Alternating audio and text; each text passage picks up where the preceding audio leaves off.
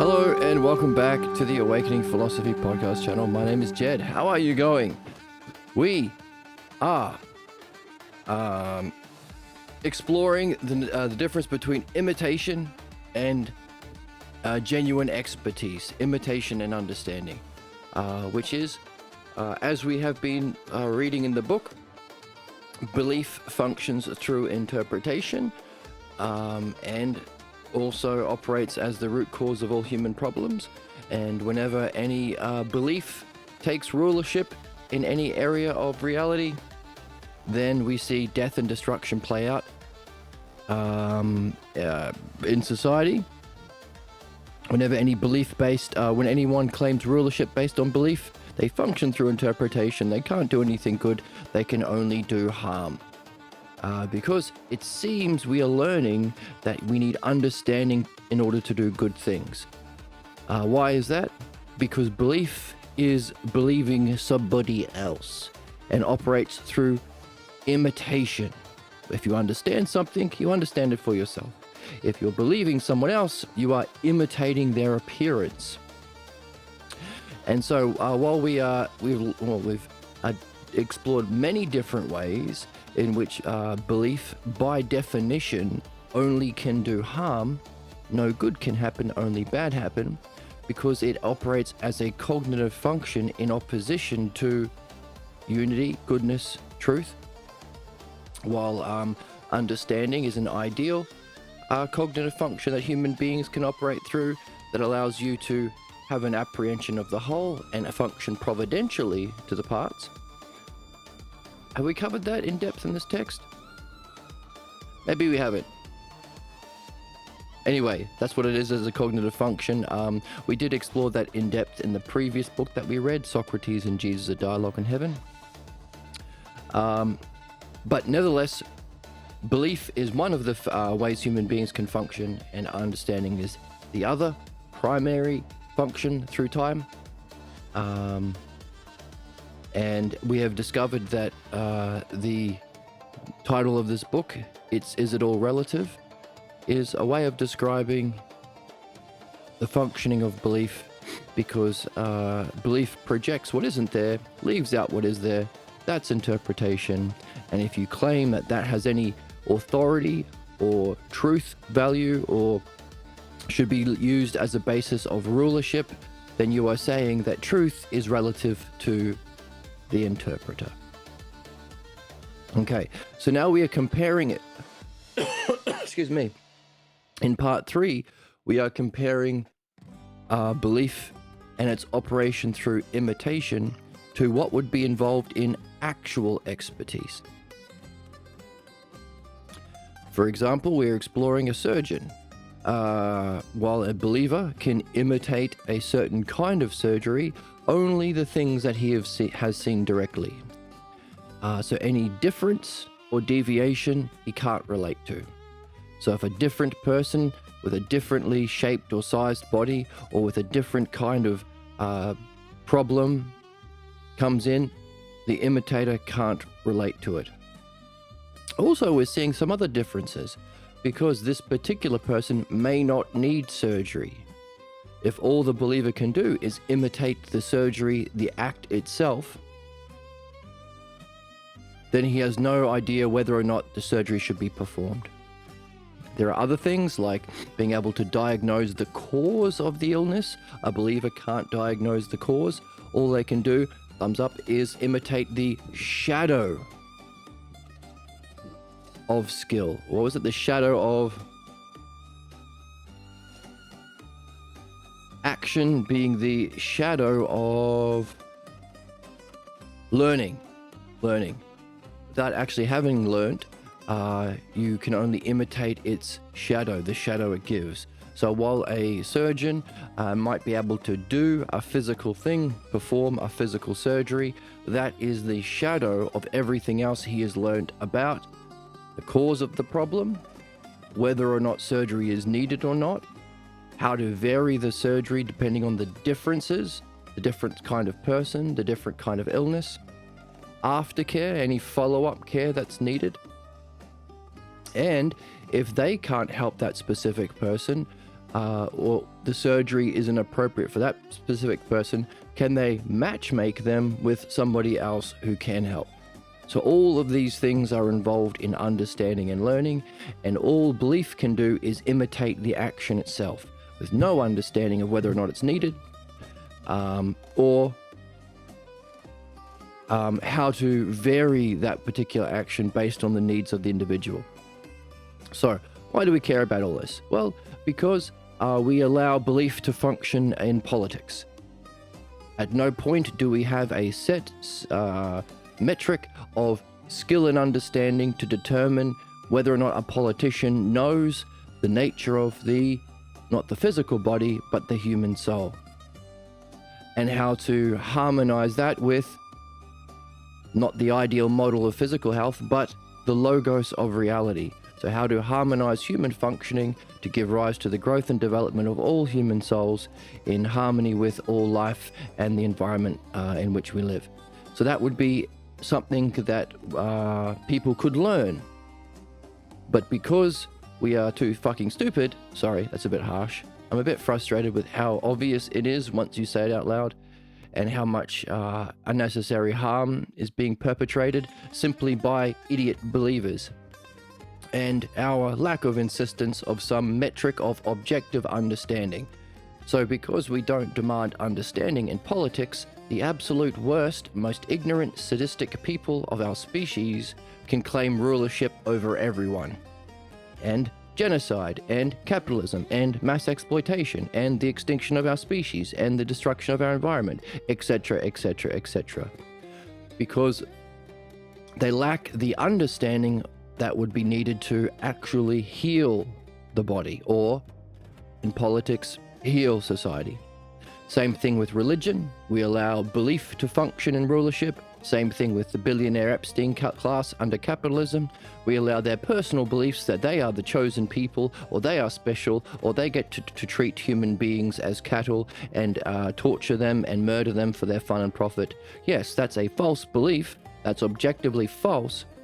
But we don't demand understanding for those who have the ownership of all of the resources that we need in society to live under capitalism. So, those are very easy to see examples of human death and destruction and injustice that function as a result of allowing belief to rule. But we want to look at it because, as we read in the text, the Platonic philosopher, or the true Hellenic man, doesn't want to rule society, to quote Socrates, be ruler of all the dead that lay here. They want to rule their own souls. They want to learn what they are specifically here to learn. You can't force anyone else to learn.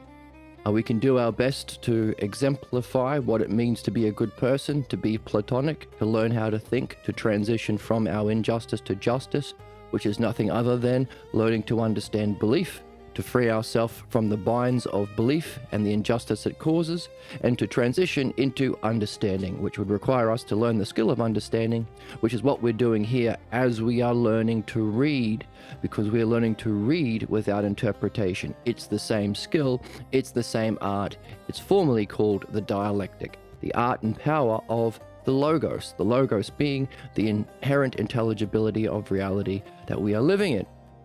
So we want to rule our soul, not by belief. So we want to be able to catch any time that there is some part of our soul that is imitating a knower, that is telling us what we are, ourselves, what reality is, or what our mind is, whether or not it's good or bad, or broken, or sick, or stupid, or reality is about heaven and hell, or heaven versus devils, or the infidels versus the chosen people.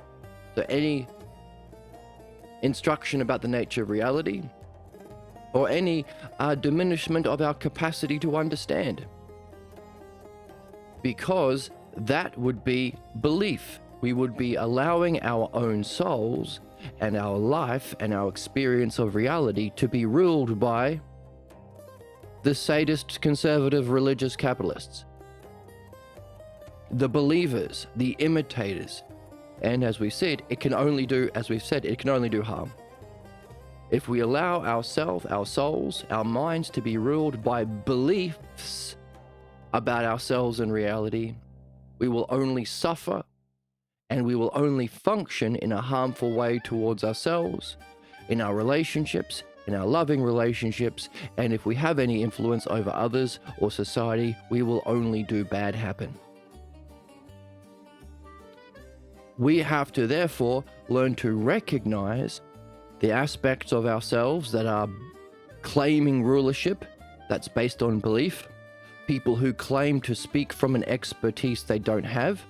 Just as a conservative politician will say, I deserve to be a senator. No, you don't have the expertise. Just as some crackhead can say, I'm a dentist because I believe it to be the case. Let me at those teeth and give me a hammer, I'll start smashing away. No, you can't believe your way into dentistry. You can't believe your way into flying a plane. You can't believe your way into knowing about the nature of metaphysics. So Christianity, especially Catholicism, has a big influence over our world, but religion claims the expertise that it doesn't have, metaphysics.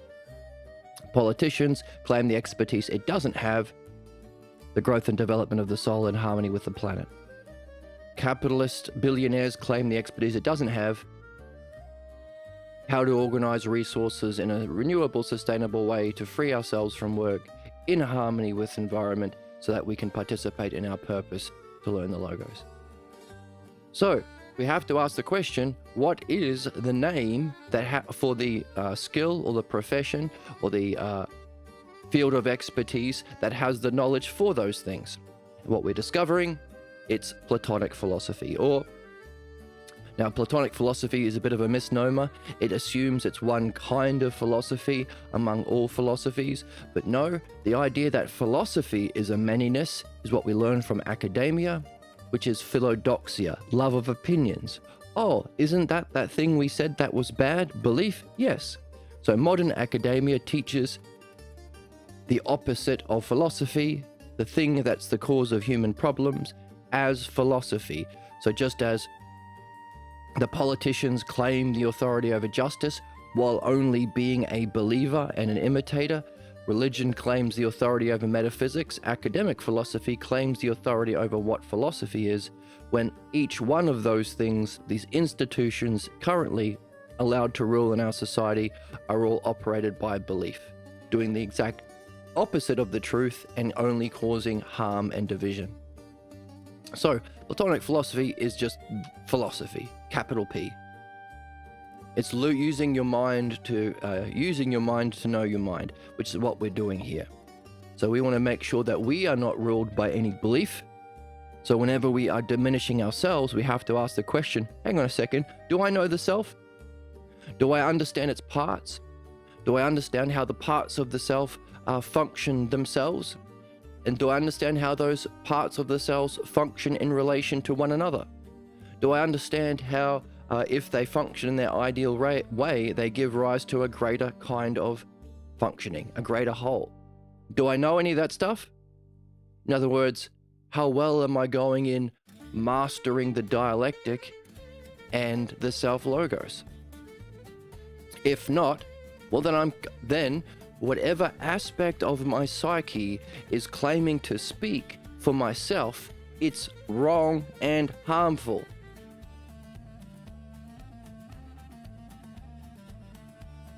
By definition, and we've been seeing examples of this when people come in and they say, I don't have to learn philosophy, I know what the self is, I've found my way of navigating through life, I know what reality is. Do you? What's the field of expertise you are claiming to know about? Do you have that? Oh, you don't. So you are listening to a believer who is lying and does not have the expertise. Will that ever do good, or will it only ever harm you and block your development? Which is the difficulty, because we have to reclaim the words from those who are imitators, academic philosophers, religious people, and politicians and capitalists who claim the authority over philosophy, metaphysics, justice, and truth. So what do? We have to therefore keep on guard for any kind of belief-based rulership and authority over our own souls, never ever listen to it, but become curious about what messages it may be sending us. Who, therefore, are we believing that we shouldn't be believing? Number one. Number two, why do we believe them? In other words, what gives power to that belief? Why do you believe that liar and not a different liar? Why do human beings have different problems caused by different kinds of beliefs they listen to within their own psyche? Someone must believe that kind of liar, and you must believe this kind of liar. What gives power to beliefs? And how do we understand our beliefs, or surface, first of all, our beliefs, and understand it sufficiently so that we can dissolve it of its power to do harm over our lives in this lifetime and beyond? So, while we are learning about the self and learning to get mastery over the logos and the dialectic, and learning to uncover higher states of being to gain knowledge of the self, in the meantime, we don't know. So we have to replace that certainty of belief when we are imitating usually our parental figures who claimed to know shit they didn't, and we still believe we need those false beliefs and imitation. We need to find when we are certain, either imitating their imitation or listening to them, and replace it with curiosity. Develop a question. Oh, why does this voice always come up when I have something important to do? Why does it claim to know about the self? Why does it claim to know what is beautiful or loving? Why do I believe it still? What messages are being sent to me through my problems and tangents and daydreams and distractions and fantasies and night dreams? What messages are being sent through all of those things to help me discover the unsuspected root false beliefs about self and reality that I don't even know that I carry, but I'm allowing to rule my soul, my life, and my psyche? So, replace certainty of belief and imitation with curiosity via nurturing a question and not taking that instruction literally, but looking at it analogically as a message about what it's really telling you. The specific belief, not the material, the specific belief that you're still believing in. So that's our job as human beings. We see it playing out within society quite obviously now, I hope it's clear now that the human battle is simply a battle between belief and understanding, or the war against mind held by imitators cosplaying a knower through imitation of physical activities, which is actually just the shadow of learning. And we are learning to understand what real understanding would entail. How can we actually have expertise and be a good ruler of ourselves, of our souls? So that's where we are. Let's jump in. Let's bring us up to speed to where we are in the dialogue specifically. So last time we were exploring the idea that an argument can't deliver you from your beliefs. So Harry said, hey, if you're so smart, Joseph, with your understanding, why am I still so stupid? In other words, if I've listened to the arguments through reason to conclusions of truth, why am I still holding on to what has been demonstrated as false? Ever tried to talk to a conservative, a racist, a sexist, a politician, a religious person, a capitalist? Have they ever changed their mind about anything? It seems like the more power and privilege they get by having this, holding on to these false beliefs within this sick society, the more they fight against changing their mind, because they think they need that belief. It gets them a paycheck. It gets them a seventh yacht. It prevents them from being implicated in the Epstein files or whatever the fuck. So, for us, we want to see, okay, how can we catch whenever we don't change our mind?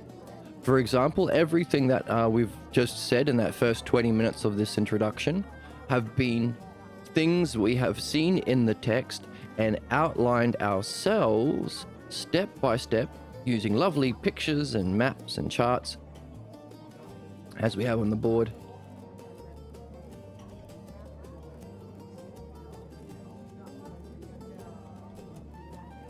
Look how smart we are. Look at it, these lovely charts. So once we understand it, we have to look at our reaction to truth and understanding. Because the human game isn't just about learning truth, it's truth and humanness. We have to catch how we respond to truth and whether or not we accept these conclusions and let go of the false beliefs to continue our development of understanding, or when do we dismiss or reject or ignore or threaten the new understanding to hold on to our loyalty to our false beliefs. In other words, when are we doing interpretation? So Harry says the same thing. Why am I still holding on to my beliefs if the arguments were so good? And Joseph says, people don't logic their way into stupid positions. They stupid their way into positions. You stupided your way in, so you can't logic your way out. Everything this guy does is perfect and beautiful. And he's handsome. I said it. Thank you. That's also important to remember. The problem is that you can't reason someone out of A position that they didn't reason themselves into. So that also works. You can't reason yourself out of a position you didn't reason yourself into. If our beliefs are through imitation, reason is a step into surfacing your unsuspected beliefs, but it won't sufficiently change your mind. So this is why Socrates is calling it a kind of giving birth. There are steps in the human process of giving birth or delivering yourself from your false beliefs. Similar to becoming pregnant, developing a pregnancy, giving birth, judging the birth, like a baby, like a midwife does. Equally so, our development to knowledge and insight operates in a similar way. So it's not just a matter of programming the right answer into a computer code. Human beings go through stages of learning and development. It's not just inputting the right answer. But for the two things that we are here to do, that we are discovering from this book, banger of a book, required reading, remove our problems, to purify our beliefs, and to master our excellence, which is the perfection of understanding. To remove the sick logos, false, unsuspected false beliefs, and master the logos. Both are a kind of developing of a question, becoming philosophically pregnant on either sides. Last time we saw that for our problems, we can become curious about why we get locked up in beliefs, even though wisdom is so great. Why are beliefs so powerful? Why do they block our development? How come we don't even know we have them? What's the source of its power? So all of these individual questions that we are collecting from the text, this is reading, we can use to nurture our big question about beliefs themselves. While at the same time, finding your own specific personal belief problem, your personal pathologos, by looking at the blocks that you face. So as we read this text, what blocks come up? When do you get distracted from what we are saying and doing and trying to start a fight about something incidental? I don't like your tone. Or as the guy said, you used bad words. So let's focus on that instead of reading the book. Why? Doesn't fucking go anywhere. It's just your personal opinion. Fuck you. Oh, bad word. So what? disgusting. I'm so disgusted. They're completely lying to you. They're completely lying. You suck. You're ugly. I'm gonna get your ass. Yeah. When do you say that? So the blocks, the tangents, the conflicts, the people you might find yourself running into in your everyday life, the dramas that you are living through, your daydreams, your fantasies, and your night dreams. From all of these manyness, can you unify it into a oneness? That seems to be, while curious, developing a question that unifies all of these manyness. So this is the specific puzzle you can be curious about, while also becoming curious about beliefs themselves.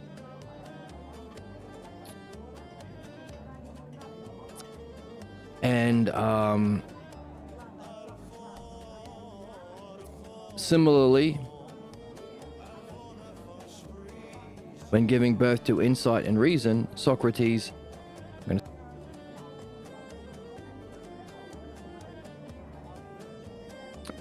asked a similar question of Theaetetus. Can you bring into a unity something that brings together all of the different knowledges? So again, another many into a one. And Theaetetus says, where is it? Where is Theaetetus? He says, look, I hear reports of the kinds of questions you ask. So we're not asking questions that you'll hear on the news or in academia. I set myself to study that problem. I cannot persuade myself that I can give any satisfactory solution. I've never heard anyone give a satisfactory solution of the sort of answer you require.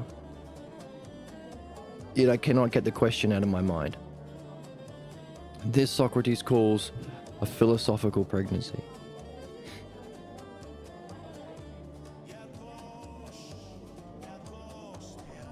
So therefore, as we can give birth in this kind of a way to deeper insights about self and reality that we can experience and integrate,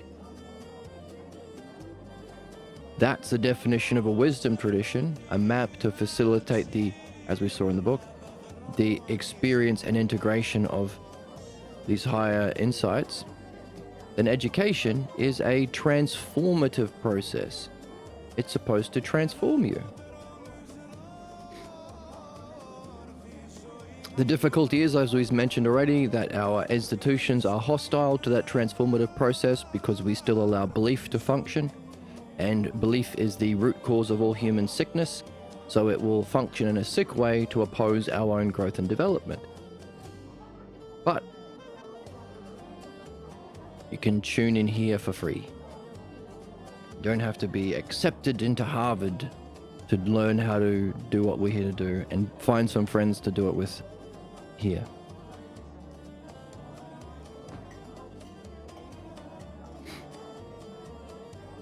So the goal of modern university is to inform students, not transform them, because there's a doctrine of separation of state and meaning. You can't do anything meaningful at school. That's why we only pump out philosophers who don't solve problems. Engineers who create bombs to bomb children in non-American countries and in American countries. Guns to shoot people in the street. Economics bros to further facilitate the wealth hoarding of the billionaire Epstein class. To siphon wealth from the public to the most sadistic of our species. So therefore, if there are two processes that we are here to do as human beings, understand or develop this pregnancy about our problems and give birth to understanding and insight about our problems that can understand and remove our false beliefs, including sexist beliefs, racist beliefs, genocidal beliefs, etc. And your own personal false beliefs about what's good and true and real. and to master an excellence in understanding and genuine expertise about the nature of what's good, what's true, what's real. That's metaphysics, by the way. All these sorts of questions are under the category of metaphysics because they're beyond the physical. Goodness, truth, morality, these are all things that are objective and knowable, not a matter of opinion. Opinion is to say it's a matter of belief, and that's the cause of problems. Then we could be doing these two things at school. And we could therefore make the case that it's necessary to add these things or reform our education system to include these two primary functions of human beings, and without which we suffer the devastating consequences every day, bringing eventually the extinction of our species. So it's a contemplative model. It changes your state of being. So Harry said, look, I don't care about any of that stuff. I think if you can just pretend, if you can be a Donald Trump, an actor pretending to be a politician, or a Ronald Reagan type, or an Archie Bunker type, a George Bush fool, then you are just as much of an expertise as anyone else. You've tricked enough people to get the job. Then you're a knower. Surely nothing bad will happen from that. So, we begin a dialectic with Harry about this sort of thing. The shadow. The shadow of learning is the physical things you see. So while you might see a doctor doing this with some scalpels, that's the shadow of everything else they've learned. And so what we are doing is making distinctions. What are the differences? What can the imitator not do? Can he diagnose the reason for the illness? No, he can just imitate the physical action.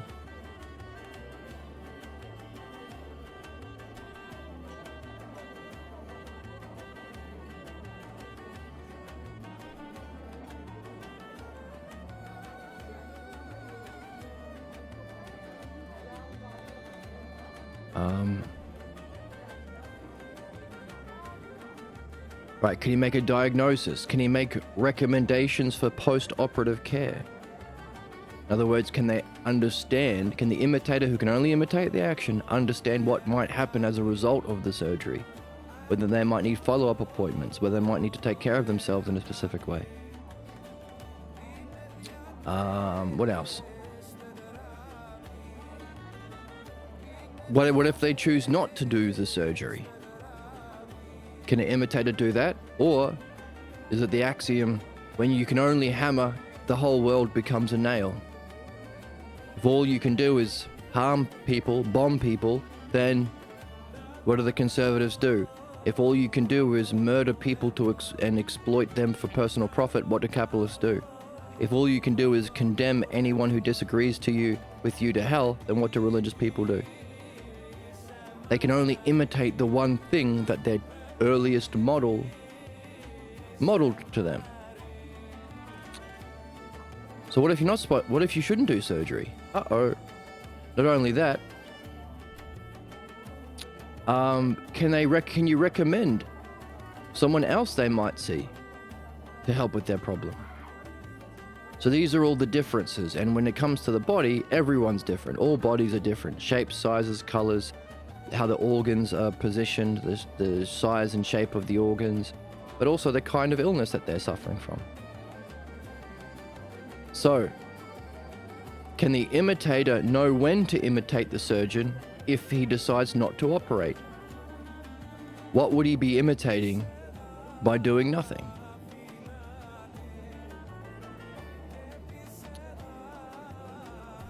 So the success of the surgeon depends on his ability to appreciate, understand, and act upon the differences he encounters within his practice.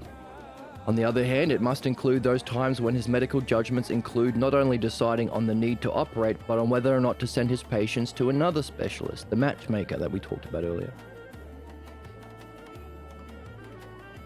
So wouldn't you agree that those whose success depends on their ability to do and say the same thing in the same way to all alike and the same are only imitating the smallest part of what the knower knows?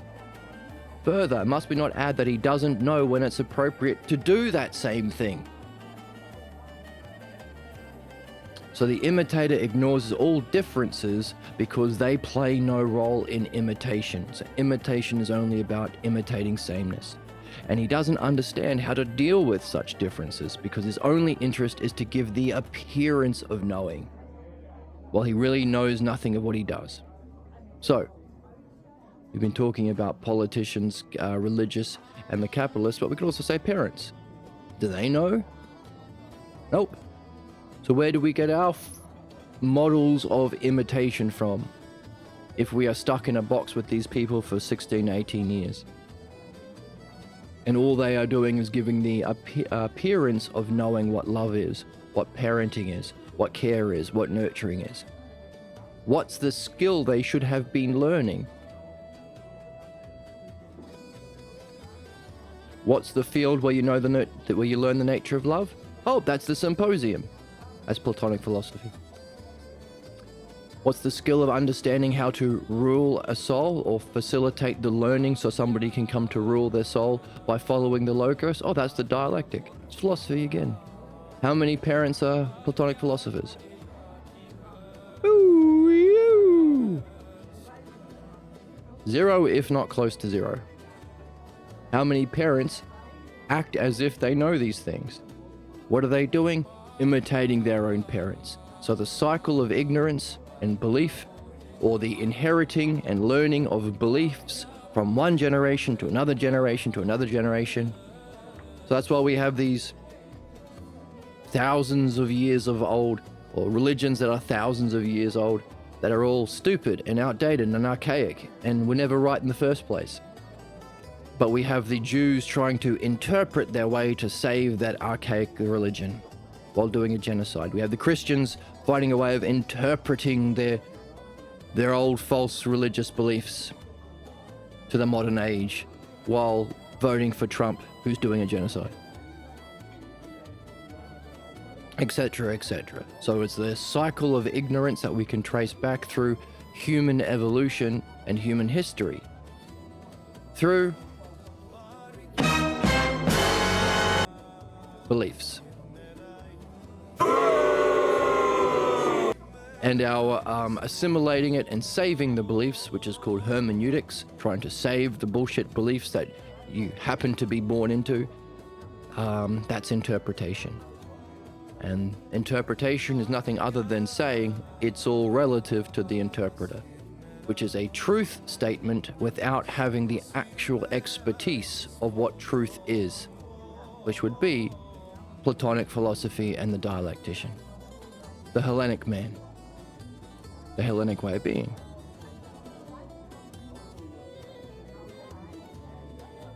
So the functioning of belief is interpretation, which is to make a incorrect truth claim without the expertise, simply imitating the knower who passed on those stupid beliefs to you, which only cause harm.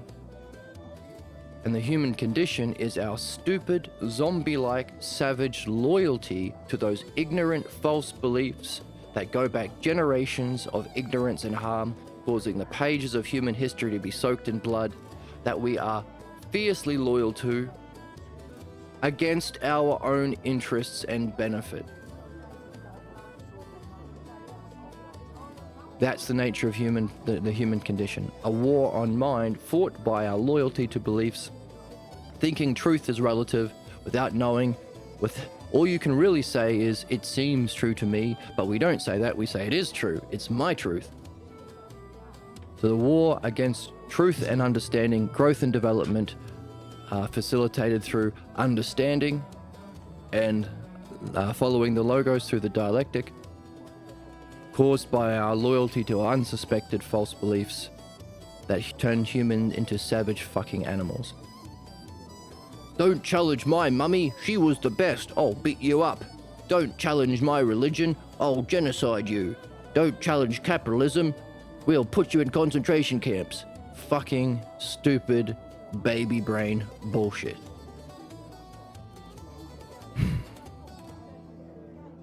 Good thing we have this book that we can read and understand the nature of our human condition.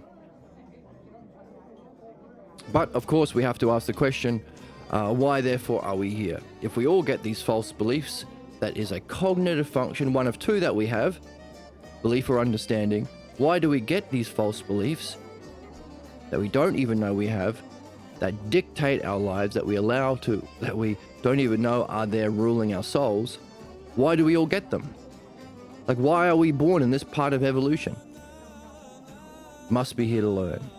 So while it can be tiring and tragic and saddening to see all of this easily solvable injustice, all it requires is a few human beings to have some integrity to look at the nature of belief in comparison to understanding, and how we how the human condition fights to preserve those beliefs and ignorance. If we could only have some people with some courage and character, we wouldn't have to be living in this fucking hellscape. We have to ask the question, well, why are we here in the first place? There must be something we are here to do as individual souls within this environment that gives us these conditions that we can't ignore, can't run from. And that's what we're seeing in Aaliyah. You can't just ignore your false beliefs that you grew up with and hope history doesn't repeat itself. It will repeat itself. In other words, you will face the repeating cycles of problems, injustice, drama, blocks, until you learn to pay attention to the beliefs and purify them through understanding them. So we've been given a lot of reading material, Boltman and Maccabee in particular, to dissolve the power of Christian beliefs. You might not be Christian, but it's likely affecting your way of being. So you can't just ignore that. So, by the way, on the other side, giving birth to knowledge and truth, Plato. So the Theaetetus and the Ion are books that you could be reading together with friends to perfect the other side of the game.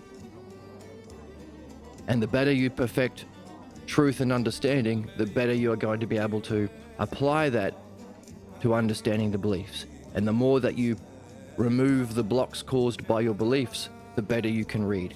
So the both of the sides go together. They're complementary.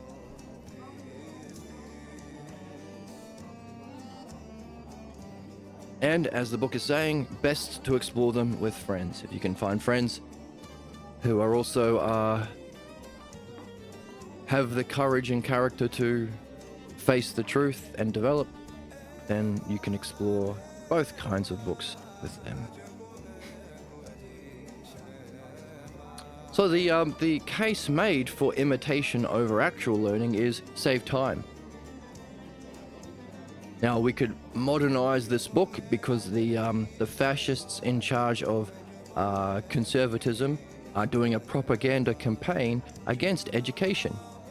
The right-wingers of the Trump MAGA movement are saying, hey, universities are a scam. They make all of your kids trans. Oh, but we send our kids to schools. Yeah, the best schools. But you working class goyams or slaves or fodder for the capitalists, don't you learn how to think? Don't you learn the difference between belief and understanding? Because then you'll have to throw us out. And we can't do our sadistic harm anymore. So, there are many arguments being fed to us currently of Harry's position, that it's a waste of time to actually learn expertise when you could just pretend. Be a marketer, be a salesman, be a red pill podcast, be a MAGA grifter, be a MAGA politician, be a religious official. Just claim you're a pastor and then you can speak about anything, as though you fucking know that topic when you don't. You get rich, and then people will care about your stupid opinions about who should be bombed for real estate development, as these sick fucks are trying to genocide all of the Palestinians and then just convert all that land into real estate for their profits. Yay, capitalism. Yay. So, does it make a difference? Does learning actually make a difference, is what we're discovering. This whole, will you save time argument, does it work? Or do you lack everything but the shadow of learning? You can do this one thing that you saw, and if there's any differences, you can't deal with differences. So therefore, difference stands to understanding, as sameness stands to appearance and imitation. So difference, understanding is to do with differences, and sameness is to do with appearance and imitation, which we know is the functioning of belief. Or interpretation is the functioning of belief. The source of belief is appearance and copying or imitating the sameness. Which is why fascists and right-wingers just repeat the same talking points. It's like talking to a child's toy, where you push the button and there are like 6 programmed responses. Yes. They'll say, whites are better, women should be in kitchen, make sandwich, woman, and liberal tears, and trans people are weird. That's all. That's all they say. Imitation. So, because there is a script, so that this imitation leads to a kind of a script, like in a video game.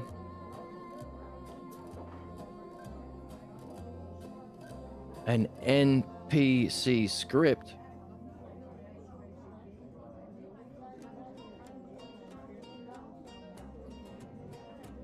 that only allows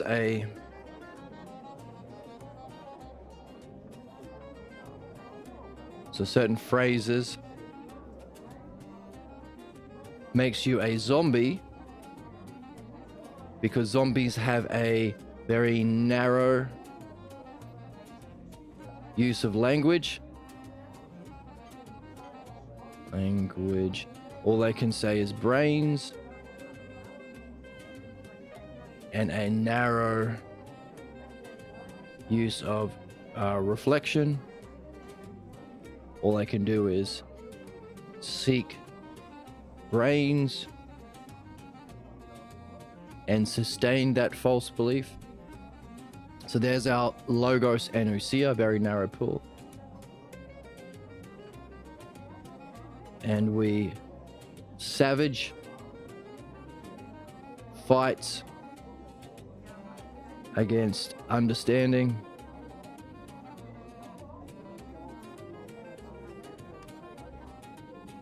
truth, reason, ignorantly, without any knowledge of whether or not they should, ignorantly. So the insult, you're a dog, you're blindly loyal to that which you haven't even questioned. Dogs don't question who their master is, but they'll fight blindly to it. Ignorant. But understanding, truth, reason, ignorantly and violently, causing the pages of human history to be soaked in blood. Primitive. As we've been saying, we can trace, who did you imitate? Your parents. Who did they imitate? Their parents. Were their parents Hellenic philosophers? Were they dialecticians? Therefore, did they know about self and love and caring and strength? Oh no, but did they appear that way when they punished their child, or said you must do this, or played the king priest of the house? Nope.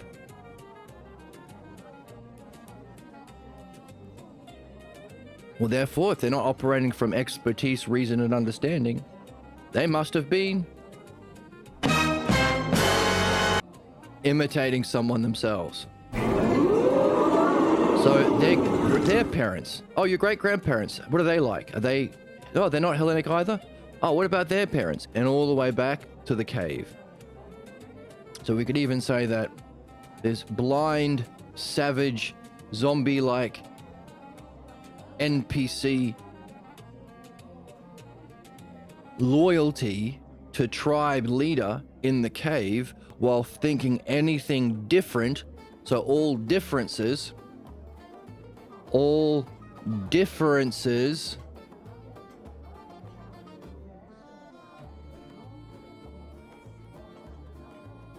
2 cave clan way of being.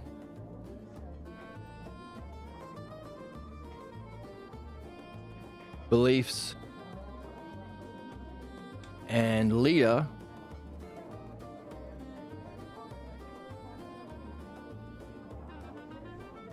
equals bad and scary. By the way, is that racism? Is that the whole conservative movement? Anyone brown, anyone woman shaped, anyone immigrant is bad and scary. They're all gang members smuggling fentanyl and wanting to rape your children. Oh, like you mean like the conservatives are doing? No, the brown people are doing.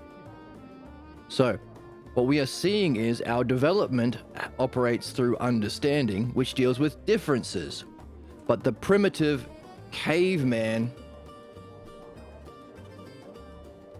way of being is to fear differences prior to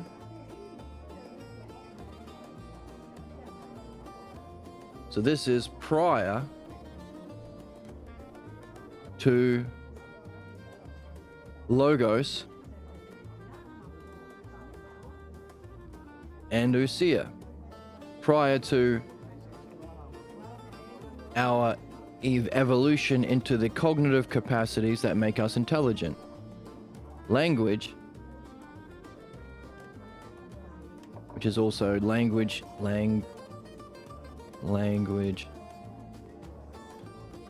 but also reason. Logos is not just language, it's language, reason, and other things. That's why we need the Greek word. And self-reflection. So therefore, prior to this, so here we have a narrow use of language as a zombie. You can say braids, woke.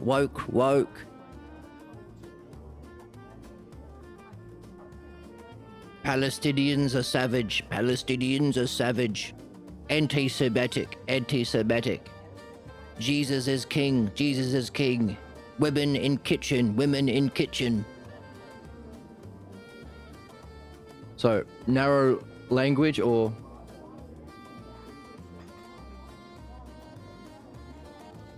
narrow logos, narrow reflection, narrow,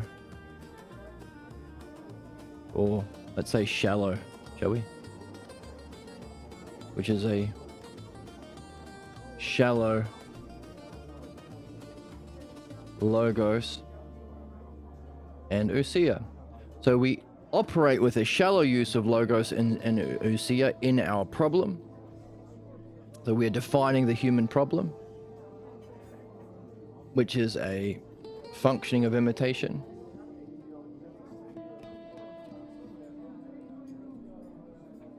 The human problem, which is called the pathologos, the fundamental false belief about self and reality that motivates all human people, functioning as the ruler of our soul but being an imitator without actual expertise.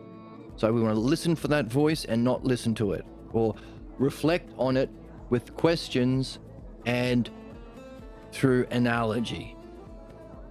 You're not literally a dumbhead, but the fact that you call yourself a dumbhead is a clue. So it's an allegory. It's a message about your puzzle that you're here to solve, but don't let it rule your soul. Pathologos. So it's like you're an NPC, non-player character, because you're in a script.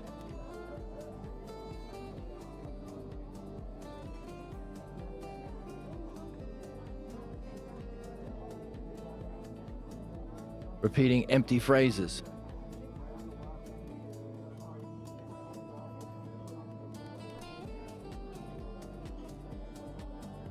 Jesus is king. We are the chosen ones. My dad is best dad. My mum is saint. Empty phrases.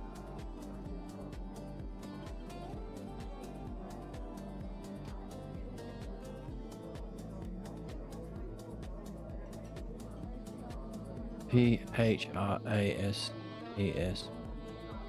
We're a zombie because we have a narrow use of language, a shallow use of logos and ousia. We're savage. We fight understanding truth, reason, ignorantly and violently. Primitive, like a caveman.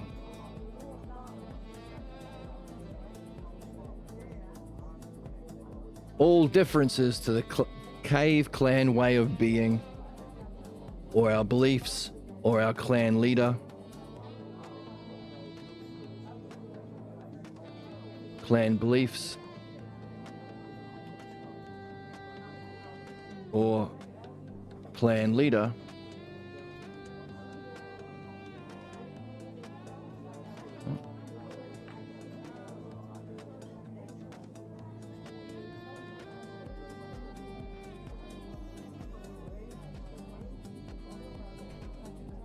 Clan leader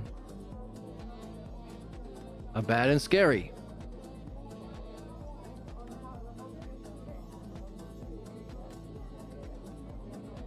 This is our prior. So prior to our development of logos and ousia, as we start to learn logos and ousia, but have yet to turn it into a skill and art, which is what we are doing here. So we could say on the other side, human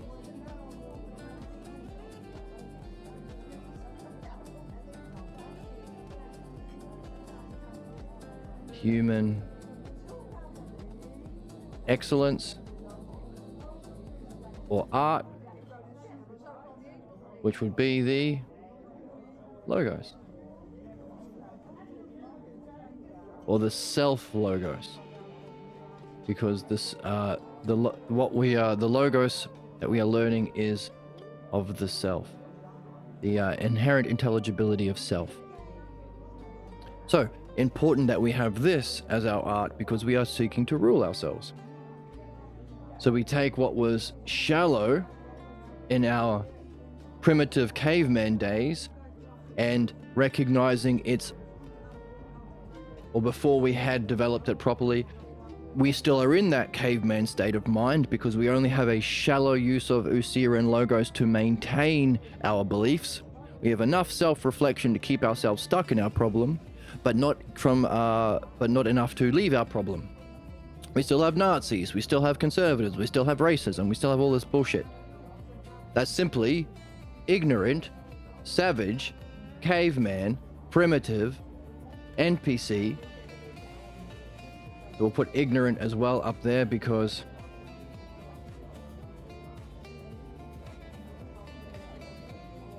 ignorant, which is to claim knowledge. Zoom in a bit. To claim knowledge,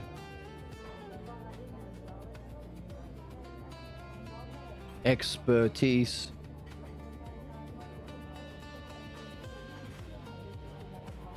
and rulership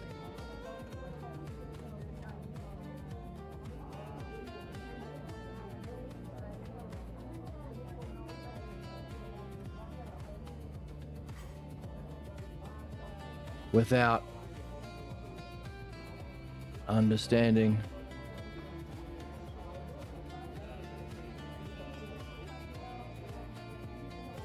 and knowledge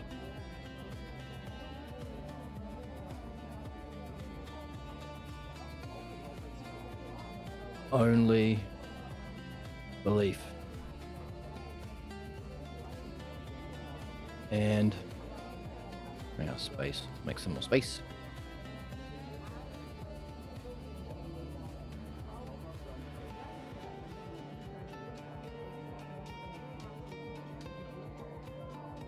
Only belief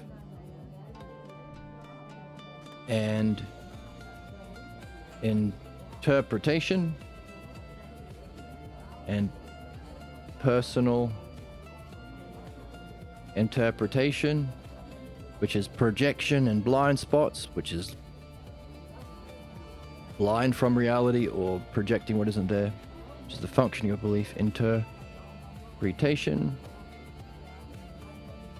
and imitation of appearances. So notice, ignorance isn't not knowing. Appearances. It's thinking you know something you don't. Belief. There's a different kind of ignorance called philosophical ignorance, where Aliyah is hitting, which is a high state, a kind of enlightenment state, where you realize you don't know, but you are curious and nurturing that question. That's different from believers. So an ignorant NPC, zombie, savage, primitive, caveman way of being.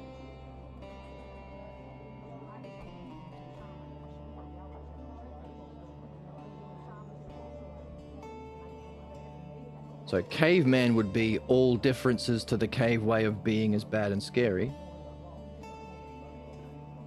Primitive is, to be primitive is because of that. You fight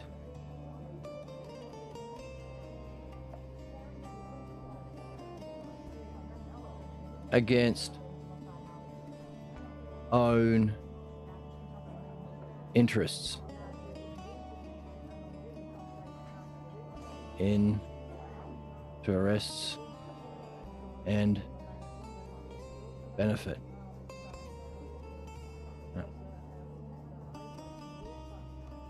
So what we're doing, we're understanding through these keywords the nature of human problems. Why are we so ignorant, zombie-like, savage, primitive cavemen in an NPC script?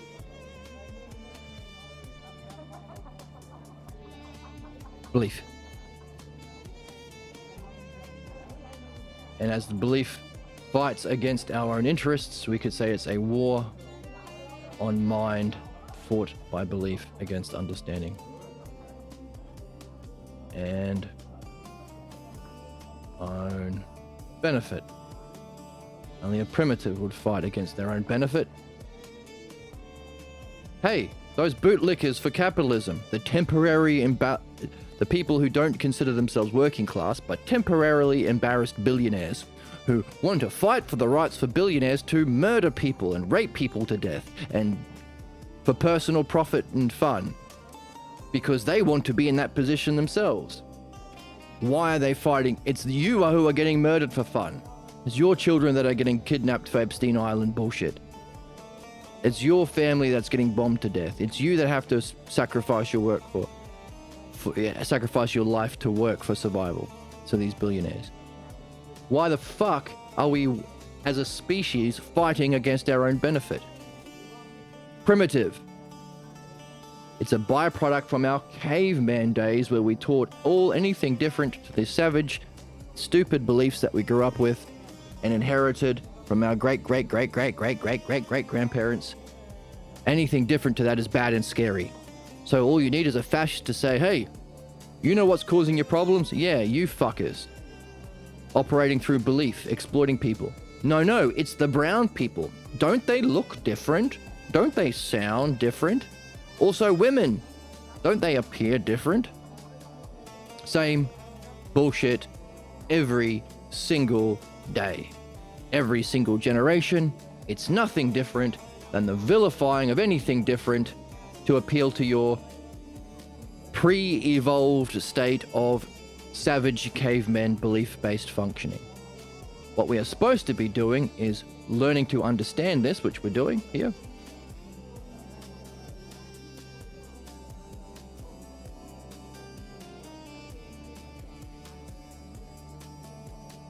Color. This one. So while the ignorant NPC, zombie, savage, primitive caveman way of being of belief is the cause of problems, what we are supposed to do is take this shallow use of logos and ousia and use master with understanding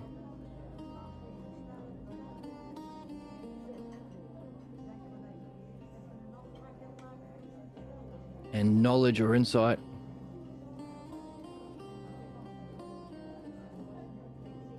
ousia and logos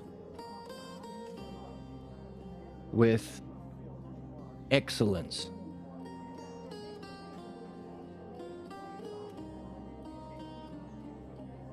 And function through that art, which is of course what's the art that uses self-reflection? Oh, questions. Through logos or reasoning? Oh, questions and reasoned reflection. That's the dialectic. So this is our purpose.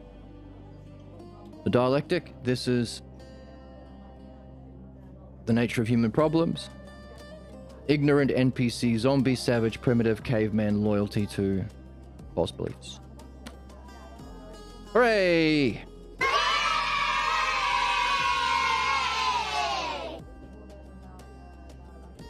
So notice,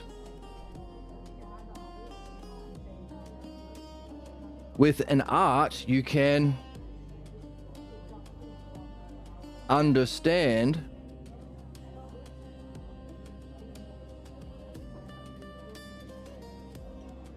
and beneficially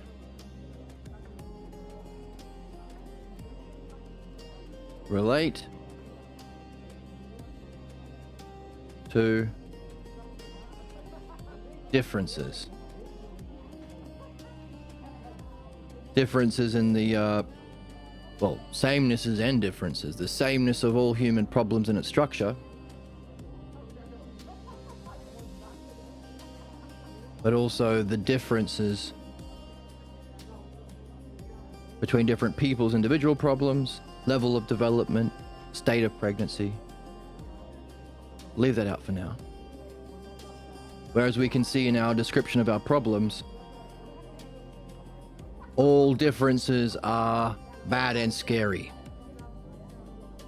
So, beliefs act negatively towards differences while only being able to imitate sameness, while an art recognizes both. What's the same about human problems and its structure to learn the art, and how do you respond appropriately to the differences you face as a dialectician? So that's a dialectician relating to another person, but also you ruling your soul. How can you see that this is the same for you, or we're all the same human beings at the same, or relatively the same stage of development, having to surface pathologos beliefs that are the cause of our problems, same cause of problems for all human beings, but also relate to the differences of your particular problem, or the differences of your different relationships. How do you relate differently to your best friend than a stranger on the bus, or your beloved, or your partner, or as a teacher, or as a dialectician, or to your dreams? So how do you relate to the samenesses of the logos, or samenesses and differences of your logos and your own personal experience to rule your soul? That's what we want to do, rule our soul. And as this is a metaphysical art, or beyond the physical, it's a kind of learning, a kind of nurture, learning to integrate this understanding and knowledge into your way of being that you can take with you. So whatever galaxy or multiverse or reincarnation that you are in, this is the art of ruling, or the art of intelligence, because understanding and knowledge are the... Knowledge is the whole of intelligence, and understanding is its parts, that you can use as any kind of intelligent species or being. Therefore, write that up.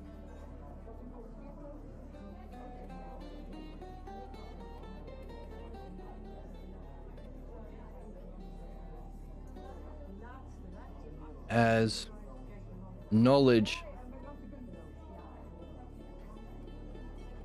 refers to the whole of intelligence,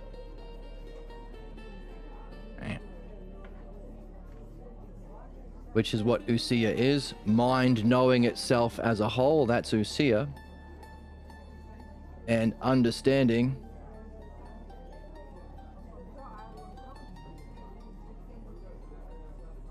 is all of those things we have been learning that's involved in even the surgeon's art, understanding the parts of the body, how they all relate, how they all function, how they connect to each other, how they come together in a higher purpose to give rise to a higher functioning of the body.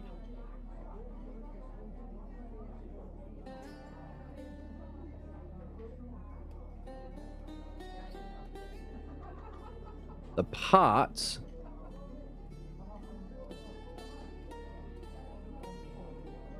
of intelligence, the name for the understandable parts within the whole, logos. Isn't it interesting? We have evolved to the capacity of language, meaning we can perceive and use the intelligible parts of reality. We can, in our physical world, we can understand the aspects of the physical laws of the universe, math, gravity, electronics. But of course, we're not just interested in that. We're interested in metaphysics. We're interested in if that's the physical world, the metaphysical world, or the world of mind or being, what's its inherent intelligibility? What are the aspects? Now, the technical name for the aspects of mind is eidos. This word has been mistranslated in modern academia as forms. They are not forms, they are not concepts. They are the understandable, intelligible aspects of the metaphysical realm of pure mind that you experience as a whole, as ousia, and therefore we use those, as we said in the book, however you get it, through a car or walking or drugs or meditation or prayer, however you have this experience of the whole of intelligence, what matters is how you understand it. So understanding that experience or insight of the whole is the development of ousia, of the logos, is the use of the logos. And it's this inherent logos that gives rise to language. Our language derives from everything that you've thought about or used in your thinking is a whole, part, same, different, like, unlike, good, bad, excellent, just, beautiful. All of these basic building blocks of language and thought are all the aspects of pure intelligence. Therefore, as knowledge is the whole of intelligence, ousia, and understanding is the parts of intelligence, then the art of the dialectic, which uses both,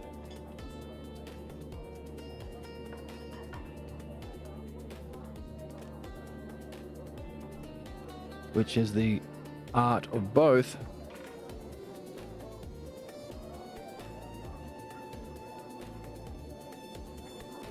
applies to any intelligent being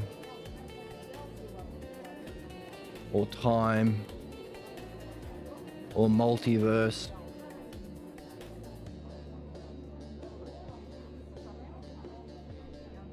and is therefore different color, is therefore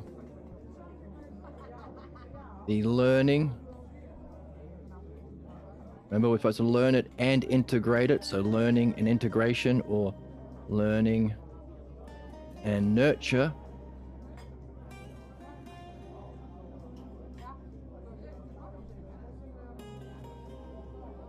We can take with us.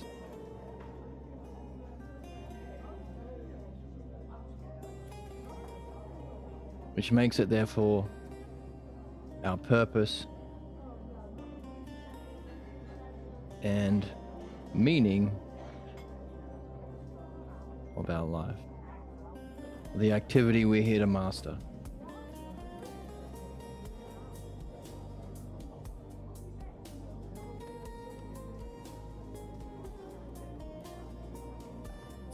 There we go.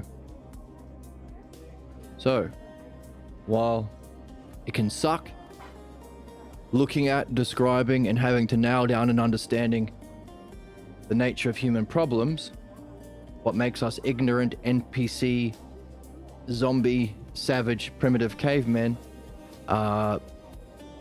we can also at the same time look at the other side of it. Oh, well, if this is just a misuse of Usia and Logos from our early evolutionary beginnings, origins, we can understand that what is our goodness or excellence would be the mastering of that which is misused through our problems.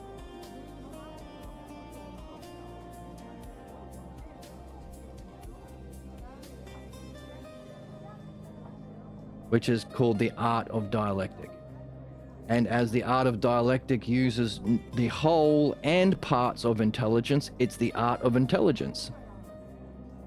Therefore, any intelligent being at any period of time and any reincarnation, you can use this art. So it's the learning and nurture that is the only kind of thing you can take with you. Therefore, is the only rational answer or possibility for what our purpose is as human beings. There might be more to it, like learning the specifics of mastering the dialectic or using it in relationships or using it to know the nature of love, the nature of beauty, the nature of justice, all of these aspects, not forms, aspects. But any of those things you cannot reach unless you've mastered the art of the dialectic. So it's the kind of learning and nurture we can take with us. It's therefore our purpose and meaning of life or activity we are here to master. So while we can understand the nature of all human depravity, injustice, and sadism, we can also, which makes us sad sometimes, because we're humans with empathy, sucks. Especially seeing as it's avoidable simply by doing this and applying this. We can also find the good stuff, the activity we are here to master.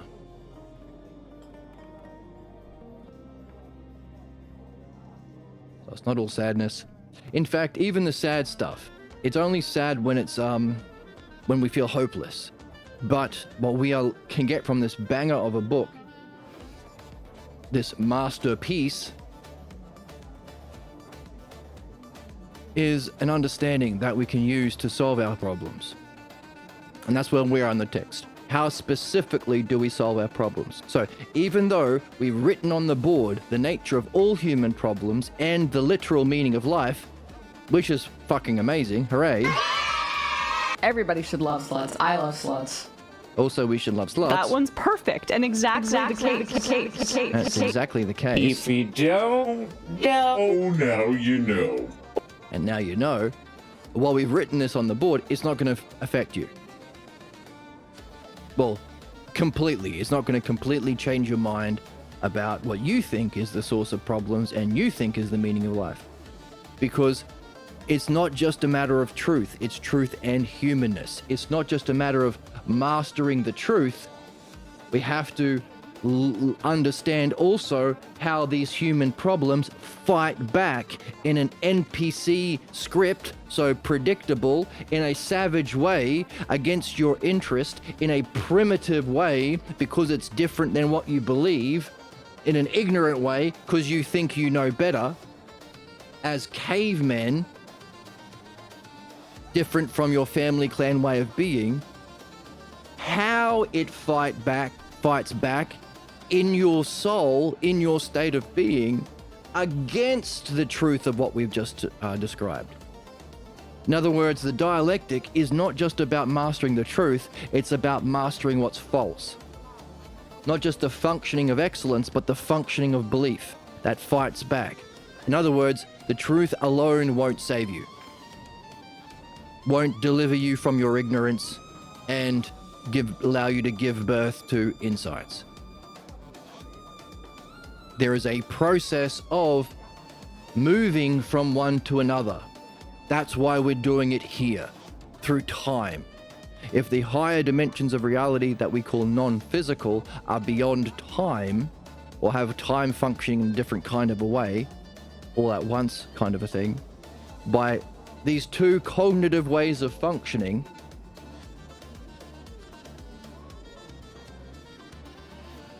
that we are developing this,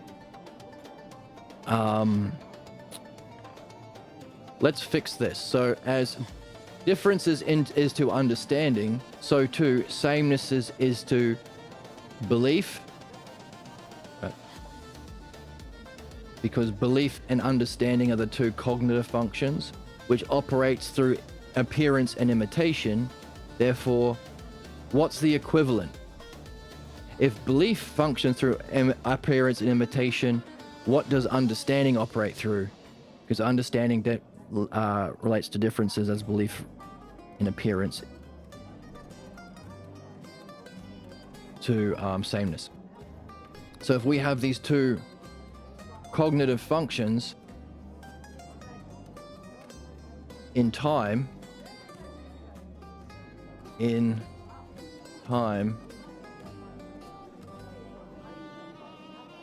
cognitive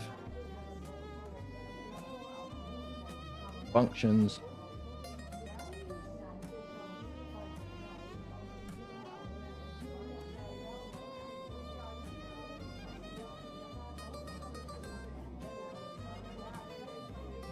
in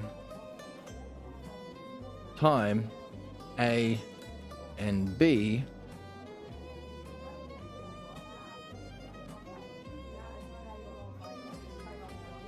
is this Greek music? Sounds like bar mitzvah music. I think I'm gonna change the music back to the old ones that we used to have. The lo-fi chill music after this episode.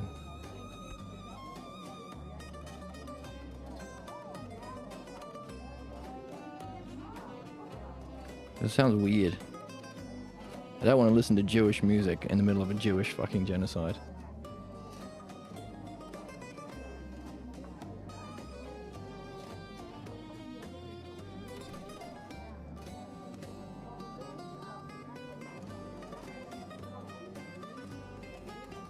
So, these are the two things that we can do through time. We can operate through our primitive, where we had no or a shallow form of logos and ousia, or we could master our self-reflective capacities through language via the dialectic. Those are the two things we can do in time.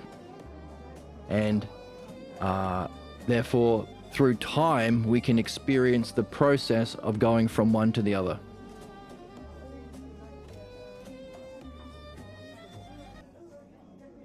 Okay, I'm turning the music off.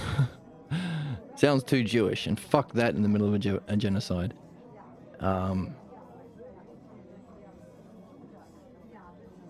It's Greek music, Greek tavern music. But yeah, I might bring back the other music next time. I think I will. I'll change that. So back to what we're talking about. So our ability to function through time to go from one to the other, which involves recognizing how understanding fights back or faces a counterattack from belief. But that's what we're doing here. In other words, in time, we can experience a transition.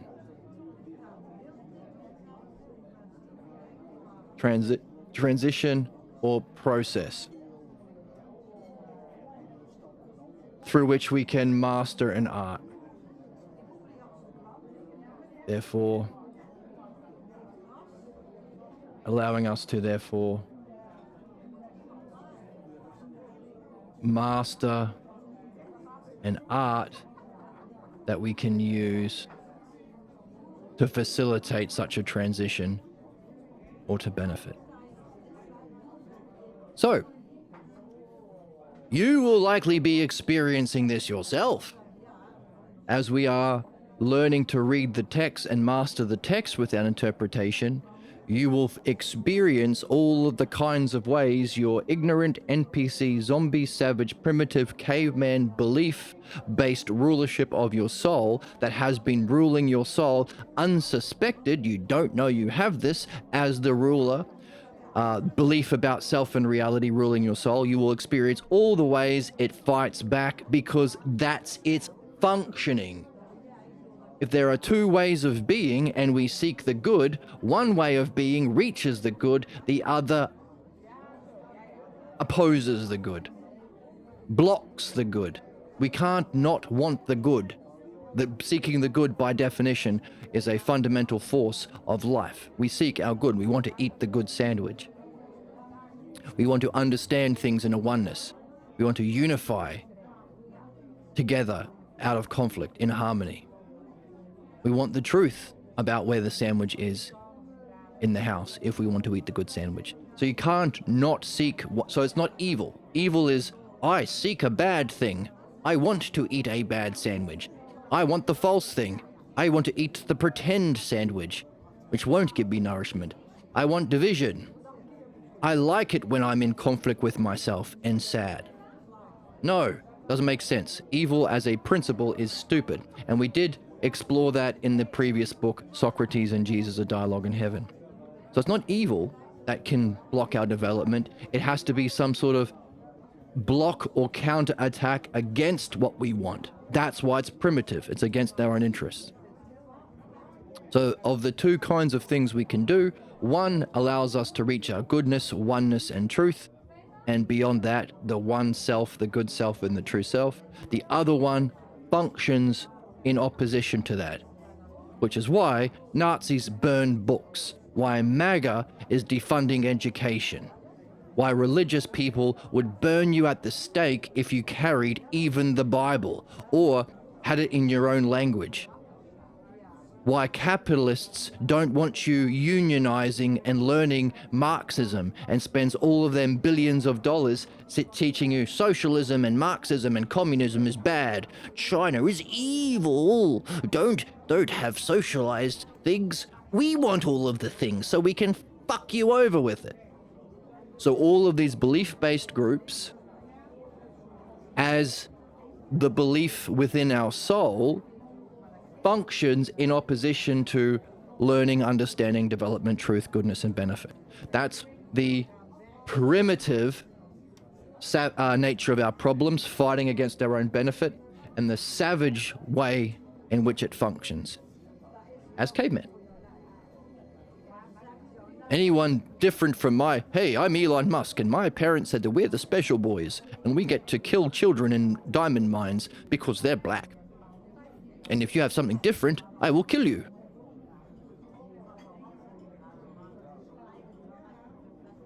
As a Nazi, as a MAGA, with my drones and AI data centers. So, caveman shit.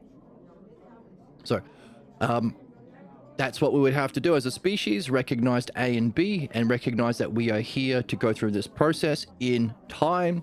So we'd have to teach these two things in our schools, but whether or not human society comes along for the ride, we can do it ourselves.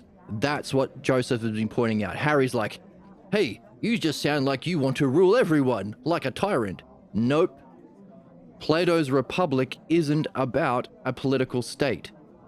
He explicitly, if you read it, states that it's a metaphor to magnify the human soul, just as we have been using these as examples to see clearly the conflict within our own psyche or soul.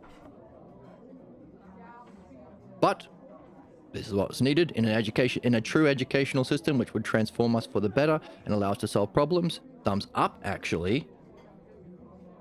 Thumbs up. Actually. 2 thumbs up, actually. I said 2 thumbs up, actually. Where's my... Do I get...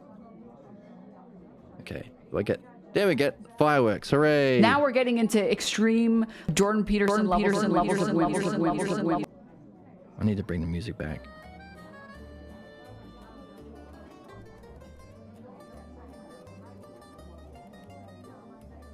It's Greek. Anyway. Because we're at the Greek restaurant tavern. Or Greek corner restaurant cafe. So that's what we're here to do.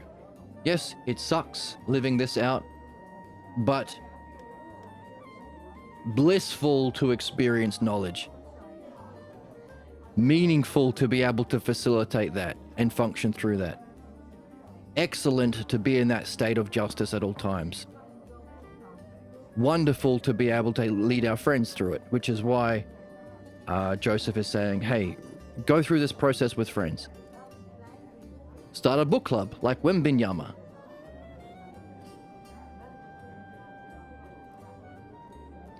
So that brings us to where we are in the text.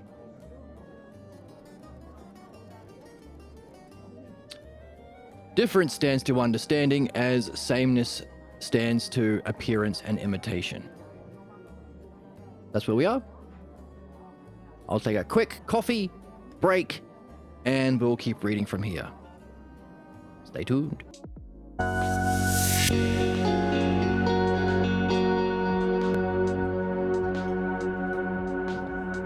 Okay, we've got a sneaky music change.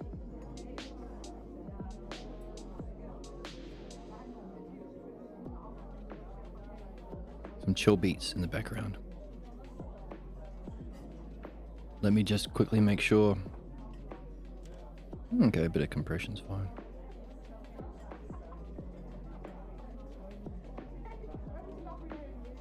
There we go. So, difference stands to understanding as sameness stands to appearance and imitation. Harry says, seems a bit simplistic. Well, that may be, but are there any weaknesses in what we've been developing? I'm not sure.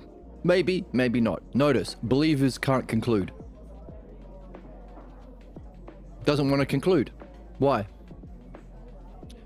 Because reason alone can't deliver you from the beliefs that block your development.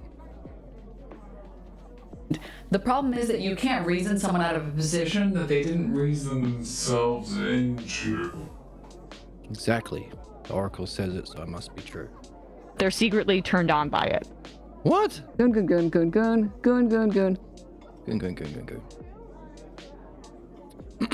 Aaliyah jumps in. Let me try. I see another side to it, Joseph.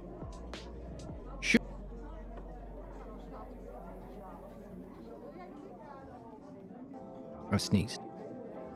Go right ahead. The knower does appreciate differences, but differences from what, Joseph? Ooh, differences from what? Good question. Aaliyah has lots of good questions. From what? Oh, from what should be.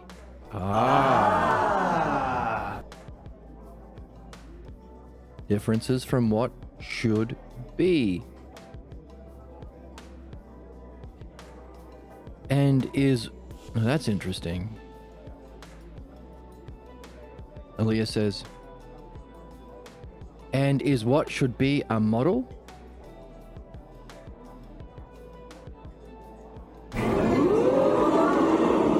Yes.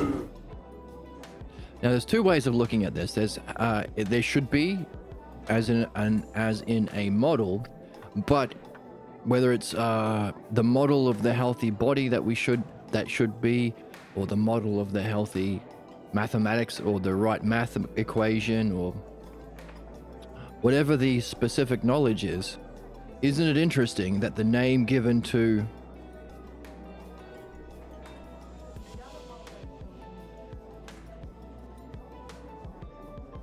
the metaphysical world of mind is being? So if knowledge is of a certain kind of ideal model, is this what should be?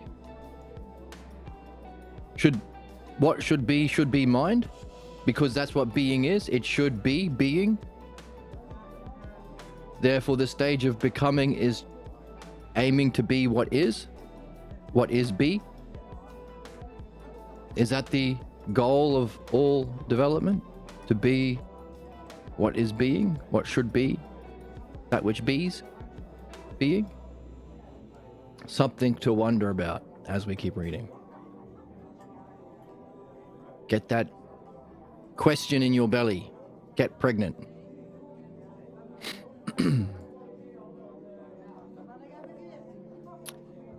And and what it should be, and is what should be a model. Yes. And being a model or standard, it would always be the same, wouldn't it? Yes. So the knower combines both sameness and difference, doesn't he? That's what we were saying before a minute ago. We were saying, remember when we were writing our thing out, we were saying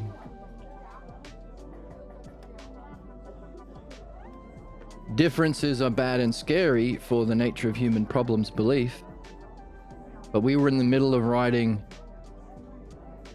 understanding deals with differences, but I kept saying, but also the sameness, because we need the same model of the dialectic, of reality, through which we recognize the differences of our particular situation, particular relationship, or the person we're talking to as a dialectician. But I felt the need to hang off for a second. Good thing we did. So the knower combines both samenesses and differences. Ahead of the curve. Doesn't he? I see where you are going. He must not only know the significance of the model, but the significance of any deviation from the model.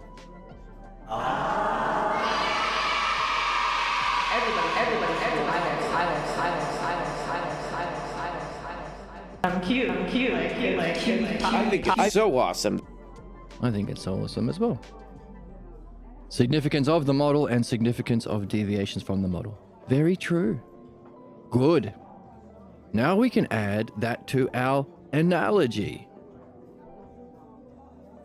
We can say that the knowledge of the surgeon combines both sameness in its use of the model and difference in understanding the significance of any departure from that model, while the imitator lacks both of these, and copies only the sameness that exists among particulars. No reference to a model.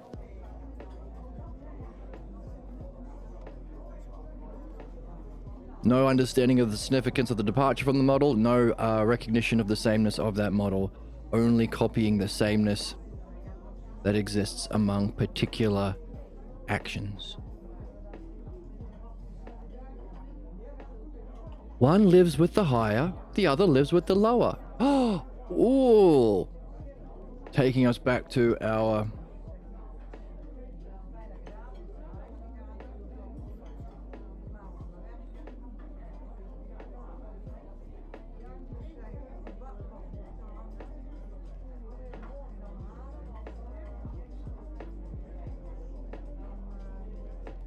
higher and lower, crossing the green line. Beliefs based on appearances in the world of becoming, all relative to perception, only relates to the particular, or the lower, or the lesser, whereas actual knowledge relates to the greater. Crossing the green line.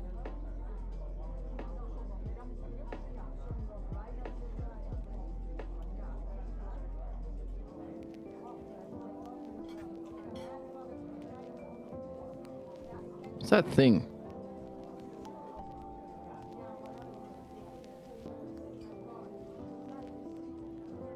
Hang on. Pause. One lives with the higher, one lives with the lower. We want to live with the higher.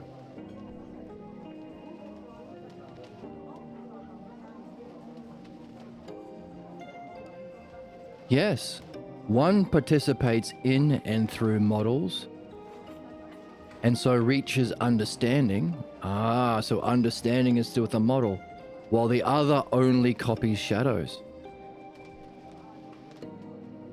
True.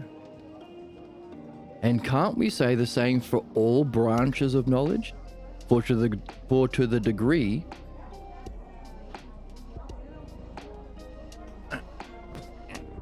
that they utilize models and as such standards to base their judgments on, to predict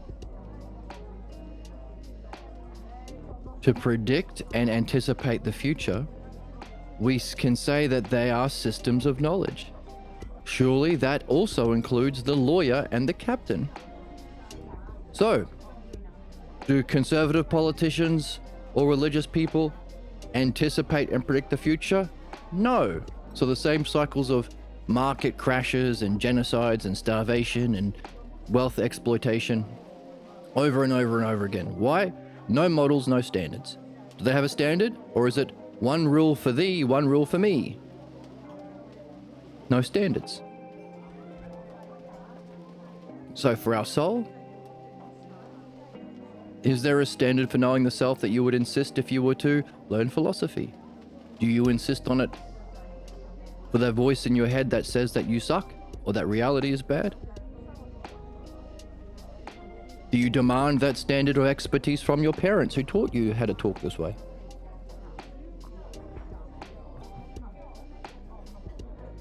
So one can anticipate and predict the future, utilizing and judging based on models and standards. One doesn't.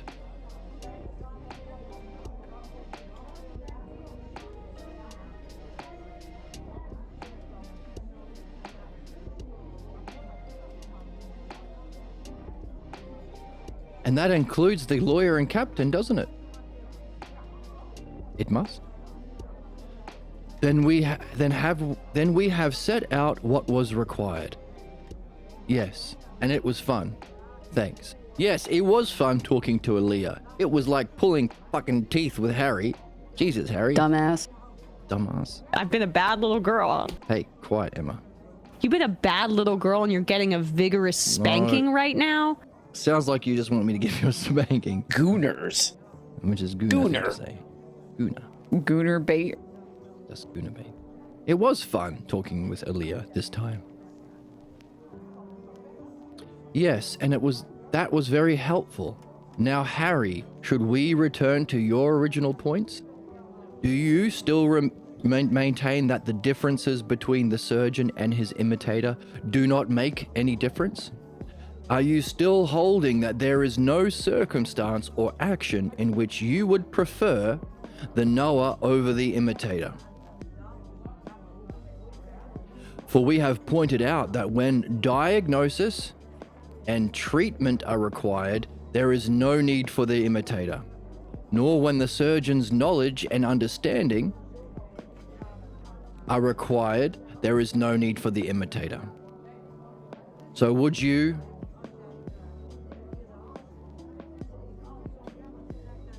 say that the superiority of the imitator becomes apparent?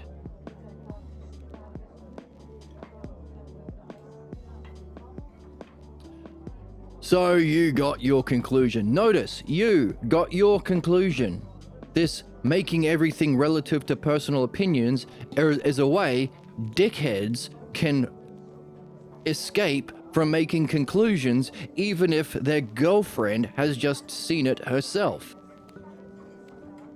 So we had those chatters the other day. That's your opinion. That's your dialectic. That's your understanding. That's your truth. No, truth, dialectic, understanding. These are standards, models that are universal. What's our job? to find universal principles, apply them universally for our universal benefit. Anytime anyone breaks universal principles universally applied for our universal benefit is being an hypocrite, is being an imitator. Notice, the Jews, no genocide to us, but genocide to you. That's not a universal principle being universally applied, and it's not benefiting us. The MAGA, you pay taxes, we don't. You go to prison, we do crimes. The capitalists, you need a billionaire telling you what to do, otherwise you will have no motivation, there'll be no innovation, there'll be no job creations, but we don't have to get a fucking job. Hypocrites. When we see hypocrites or a breaking of the universal principles based on a universal standard or model, that should be an alarm bell going off in every single human mind who has learned how to think properly through education that we're learning here, that we are listening to someone demonstrating human sickness. Belief. No principles. No truth. And dickhead here, Harry. Dumbass. He's so far up his own ass. Isn't he just? Is saying, you got your conclusions. So, whenever a politician says, it's my opinion, stop you right there. You're fired. You can't have this job. Opinions are corruption, sickness. We want truth and understanding that is universal. Anyway. So you got your conclusion, says Harry, but just look at it. Aaliyah here had to help you conclude. Fuck, good. You're supposed to be doing this with friends. You couldn't do it for yourself, could you? So don't claim any victory and go off tooting your own horn. Fuck. See, chauvinist, an alpha male. He'd do well on Joe Rogan's podcast. All of these tech billionaire fascists that try and appeal to chauvinism and violence through being a man. Hey, we're not genociding the Palestinians, we are being manly and strong. We're not subjugating women, we are being an alpha bro. It's the grift, that's why they gave Joe Rogan $1 billion. So they can lie to the public to pass off violence as strength under masculinity.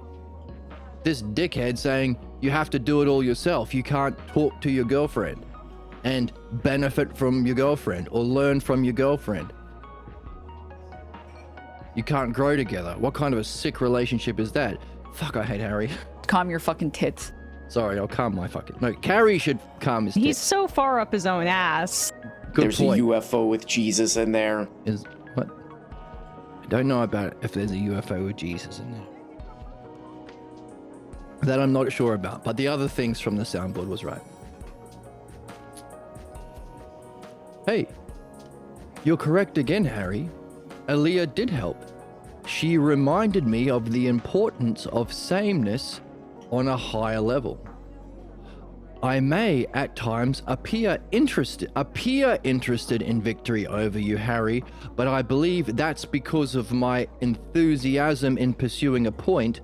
I might ignore the human dimension of the dialogue.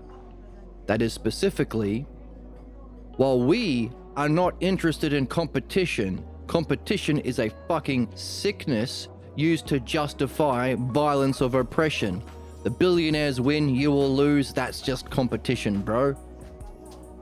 We have to compete for survival. We have to compete for food. We have to compete for housing. And if one BlackRock war industry company owns all of the fucking houses, they just good at the competition. Fuck that shit. Now we are interested in helping everyone. That's what it means to be a member of a species. Not competition, not ever. Fuck competition. Fuck it right off. But the human element of that is, if all you know is belief-based oppression through competition and my victory has to come at your expense, the safety of the Jews has to come at the expense of the genocide of the Palestinians. The American empire has to come at the expense of the freedom of the death and destruction of any socialist countries. All of this horseshit, if this is all you know, then you might take the passion of myself or Joseph or anyone pursuing truth to help everyone as some sort of I'm going to get victory. So when we had those debate bros from academic philosophy in our stream a couple of episodes ago, they were trying to win an argument, and if it meant they had to be a dick about it and lie about it, then that's fine, because winning overall, bullshit.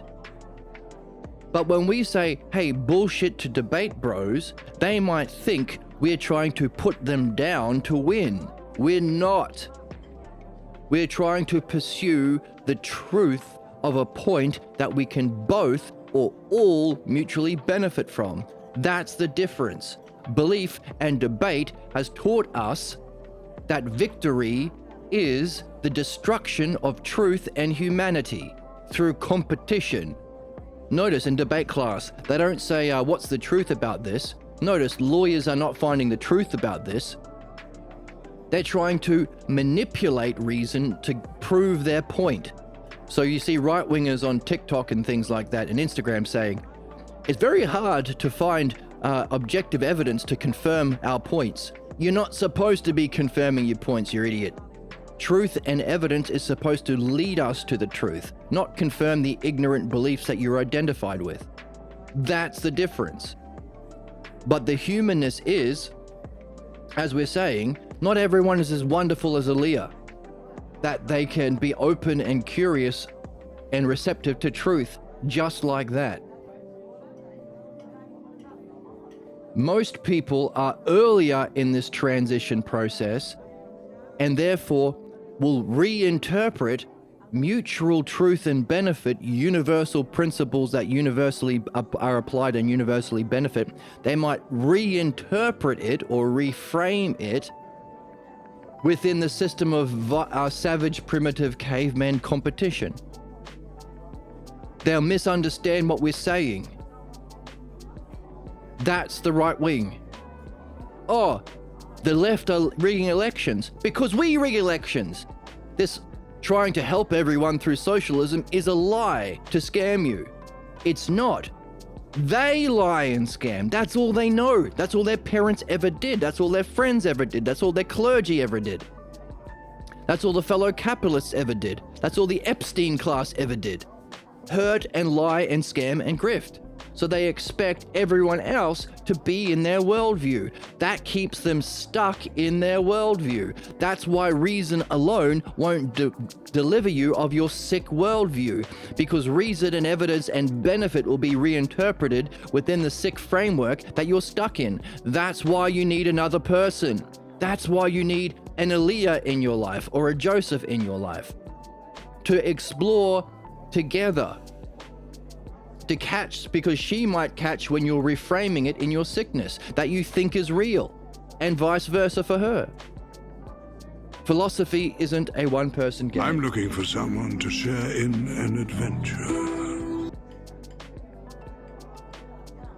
So, that's the humanness, the recognition that people reframe within their own sickness. And that truth isn't just a matter of going through the argument like we did with Aaliyah. For some people, there has to be more to it. Which might be the sequel to this book. A midwifery talk in the coffee shop. Written by you. So, it's just because of my enthusiasm in pursuing a point. Same thing for me. I'm enthusiastic about this. It's never a blame game. It's never personal. It's understanding the nature of human problems and telling the fucking truth so we can start to do something about it for once. You know, stop murdering children for fun and profit for the billionaire Epstein class. Stop destroying the environment for the profits of the oil companies. Maybe? Sound good?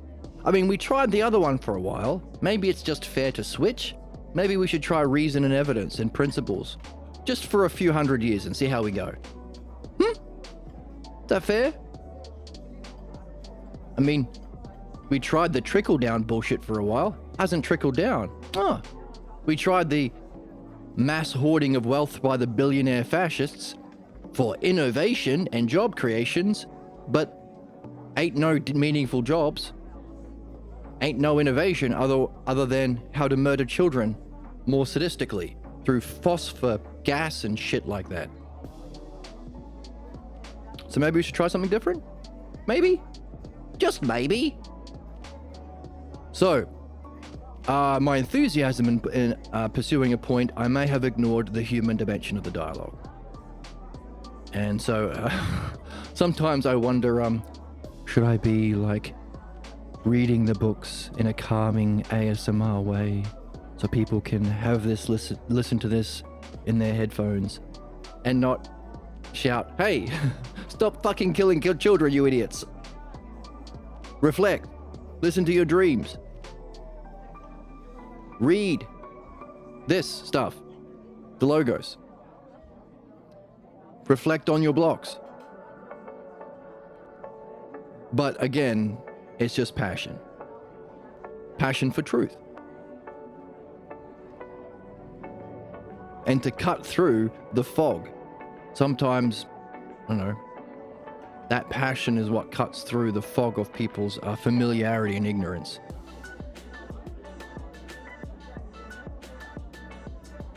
Hubba hubba. I just want more testosterone to human body ratio, and I'll finally be satisfied. And for some people, it's gooning. Be a reasonable gooner. But you can be a reasonable gooner. Goon. I'm looking for a better camera. I think there's a Sony range that's mirrorless. It's very expensive. I can't quite afford it yet, but I'm looking into that. So maybe,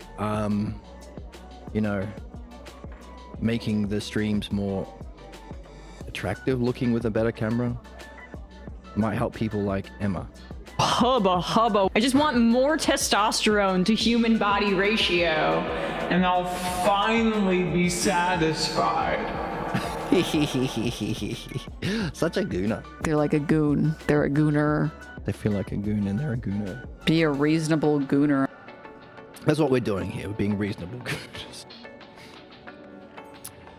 So, but that's not the way I would like it to be, says Harry. I've noticed that I proceed too logically and move far faster than necessary. But maybe I'm a little too argumentative. I'm sure that it makes me look like I'm out to score a victory. I do hope I'll get an insight into why I do that. Now, do we move too fast? 25 episodes in, thereabouts. Look at all the lovely colors on the board.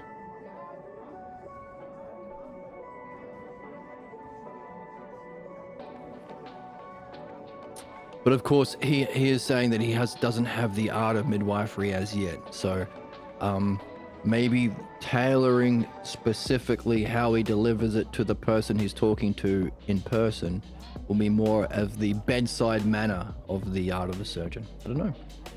Anyway, the point is he is reflecting on himself. He's looking for ways of doing his art with excellence. And now, I think he's being too hard on himself. I think there's nothing that Joseph is doing here that makes him look like he's trying to win at all. I think this might be projection of Harry, but, he can keep it as a question. And if he pays attention to his dreams, or if he reflects on someone he does trust, someone like Aaliyah, if we ship these two together,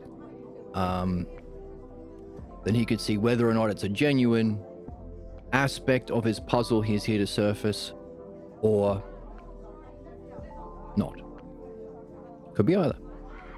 But it's interesting his state of mind though, right? Harry is just projecting all his problems. You're trying to win. You're trying to get a victory. That's his way of being. Whereas Joseph is saying, oh, maybe you're right. I'll have to reflect on that. By the way, this is what I was doing.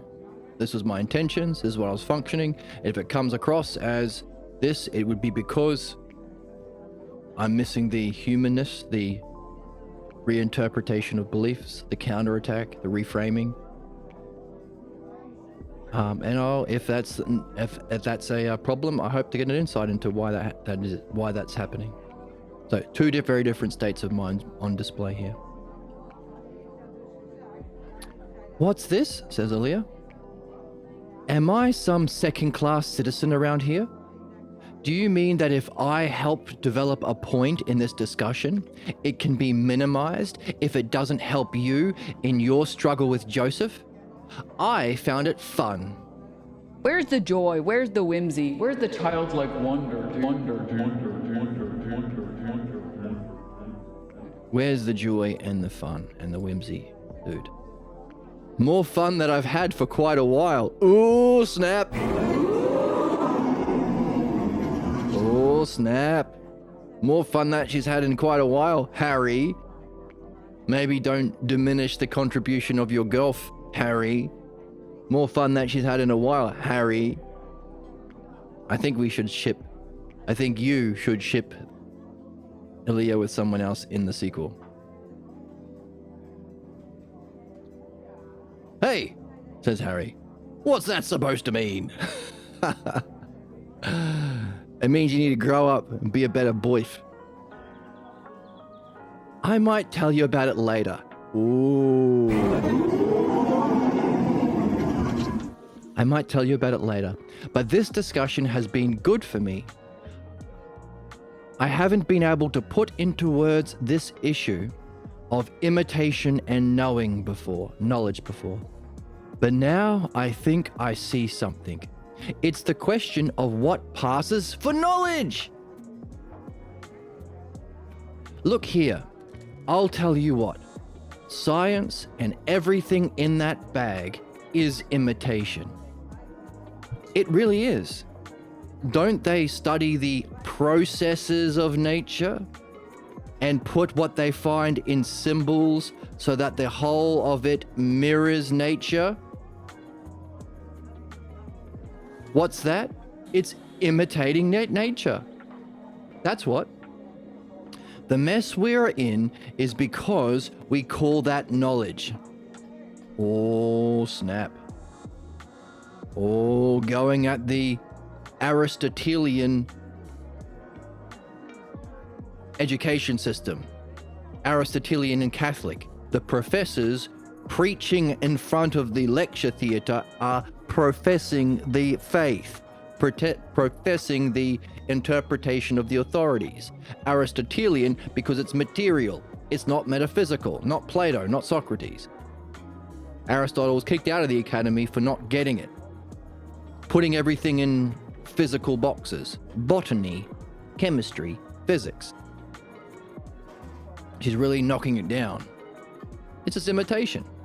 It's physical perceptions, looking at the shadow, not like as you look at the shadow of what the doctor does, you're not seeing his model, his intelligence, his reasoning process. You're just seeing his physical expressions in the surgery. So too, modern science looks at the physical expressions of things and tries to hypothesize by putting it into symbols what nature must be doing. Mirroring nature's shadow. So we never understand what we're supposed to be doing here. What's the nature of the good? What's the model that intelligence is creating every moment based on? What's the model that all of our physical forces are based on? What's the model that all of the metaphysical forces, beauty, goodness, reason, truth, whole, part, same, different, what's that model? And what's the telos or purpose? Therefore, nuclear weapons and hand grenades. So there isn't any knowledge in science. It's all imitation. Boom.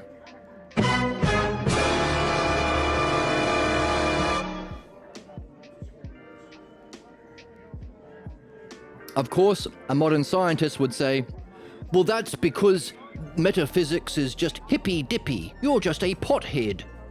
Socrates and Plato were dumb. Why save them? Hegel said we should torture Mother Nature so that she reveals... Was it Bacon or Hegel? Or Bacon.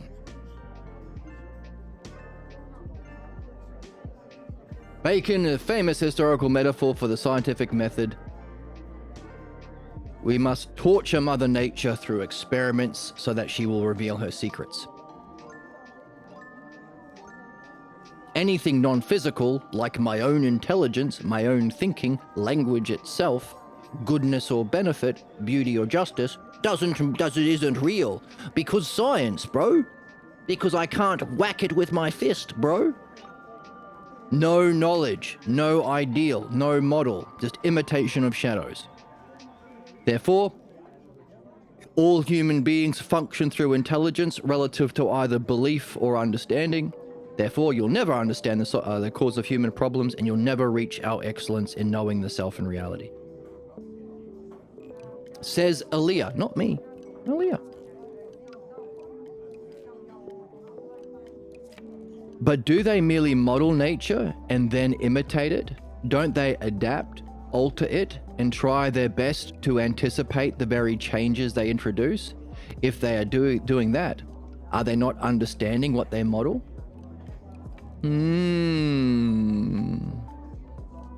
Well, they change their theories. Are they trying their best to anticipate the changes they introduce? So at least they're understanding their model.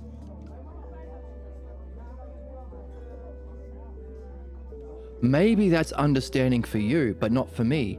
They either can't anticipate the effects of what they change, or they don't give a damn. Ecological disasters are all over the place because they can't control what they make.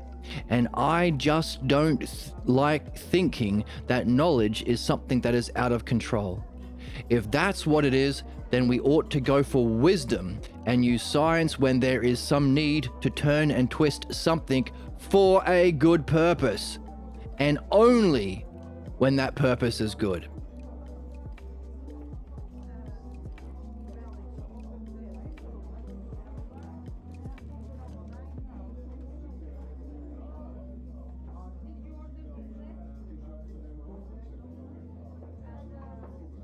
I think you may have a good point, Miss Aaliyah.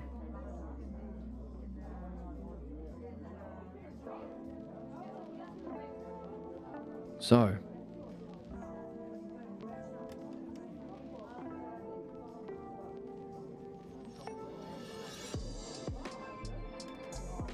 on that point, on that bombshell, let's call it a day.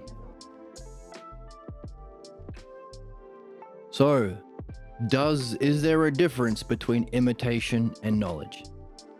What are those differences? Do those differences make a difference? When you need some activity or when there's some action or circumstance that you're in, do you prefer the imitator over the knower? And how is that playing out within our species and our academic system? They may be changing their model, which is different than belief. You don't change your model in belief, but it's based on imitation. The activities, we don't address the causes, the principles, the models, the standards, which means we never understand if what we are creating is good. Should we be digging out of the ground nuclear material to be burning steam to push turbines? Could there be a problem with that? Nuclear material, nuclear waste, nuclear weapons.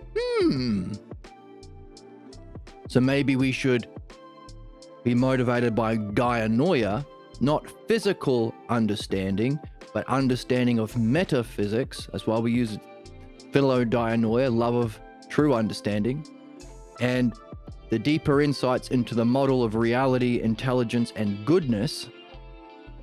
The two together we are calling above the green line. The knowing of the whole and the understanding of the parts, nous and dianoia, wisdom. Only we should be first pursuing wisdom and removing the ignorance of personal beliefs, and only then turn to science to twist and turn things to better facilitate this process. Says Aaliyah. Is that true? What would that be like? How does that relate to our soul? Should we be first developing the dianoia and dialectic from this kind of reading, and the insights that we can give birth to as a result of going through that midwifery process to gain knowledge, both in our reflection on our reading and by applying everything we are learning about reading to our dreams? Should we be aiming for that first of all? And should we be on the lookout for any times we can improve, like Harry is doing? Sorry, Joseph. Harry's not doing that. Joseph is doing. Well, even though I'm pursuing excellence, maybe I could do it more excellently. Maybe I'm ignoring the human aspect of it a little bit. I could be having more fun like Aaliyah. Aaliyah is doing well to manipulate the humanness of Harry to get him to stay in the conversation, whereas Joseph is just going straight for truth. Maybe Joseph can benefit from a relationship with Aaliyah, as Aaliyah is benefiting. So Joseph could benefit from Aaliyah's humanness, as Aaliyah can benefit from Joseph's reasoning. Dialectic. Could be a win-win. It's a win-win-win-win-win-win-win.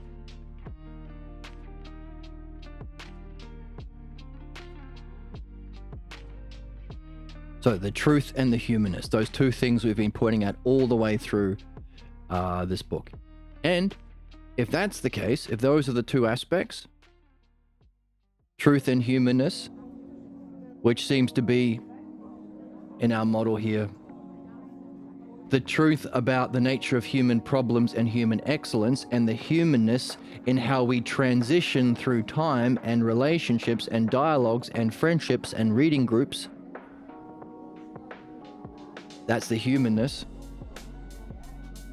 If these are the two things we are learning about and the two areas, truth and humanness, can we see that in our dreams tonight?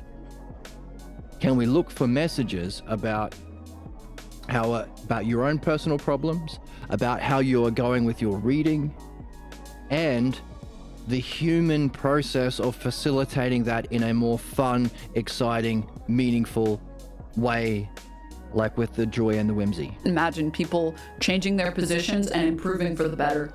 And doing so with Where's the joy? Where's the childlike? with joy and the whimsy and the childlike. If you don't know, now you know. Now you They're know. secretly turned on by it. And you can be secretly turned on by it, you goon. Goon, goon, goon, goon, goon, goon. Goon, goon, goon. Goon, goon, goon, goon, goon, goon. Some goons and some gooners and some weirdos. And some weirdos. So, is that the problem of our education system? No wisdom, no dianoia, no nous, no transformative, only informative? Informing, not transforming? And could we say that it's in principle, while there is some development of our theories, we are all just developing it from imitations, the shadows of intelligence in its physical expressions. Therefore, should we be seeking knowledge, wisdom, knowledge and understanding, nous and dianoia? Should we be seeking wisdom first, above all? In our world, in our education system, in your soul, and in your relationships. Hey, Aaliyah said she hasn't had fun like that in quite some time. Don't be a Harry. Don't be a bore like Harry with your friends. Be a Joseph. And find people like Aaliyah where you can share this game, because once again, it's not a one. I'm looking for someone to share in an adventure. It's not a solo quest.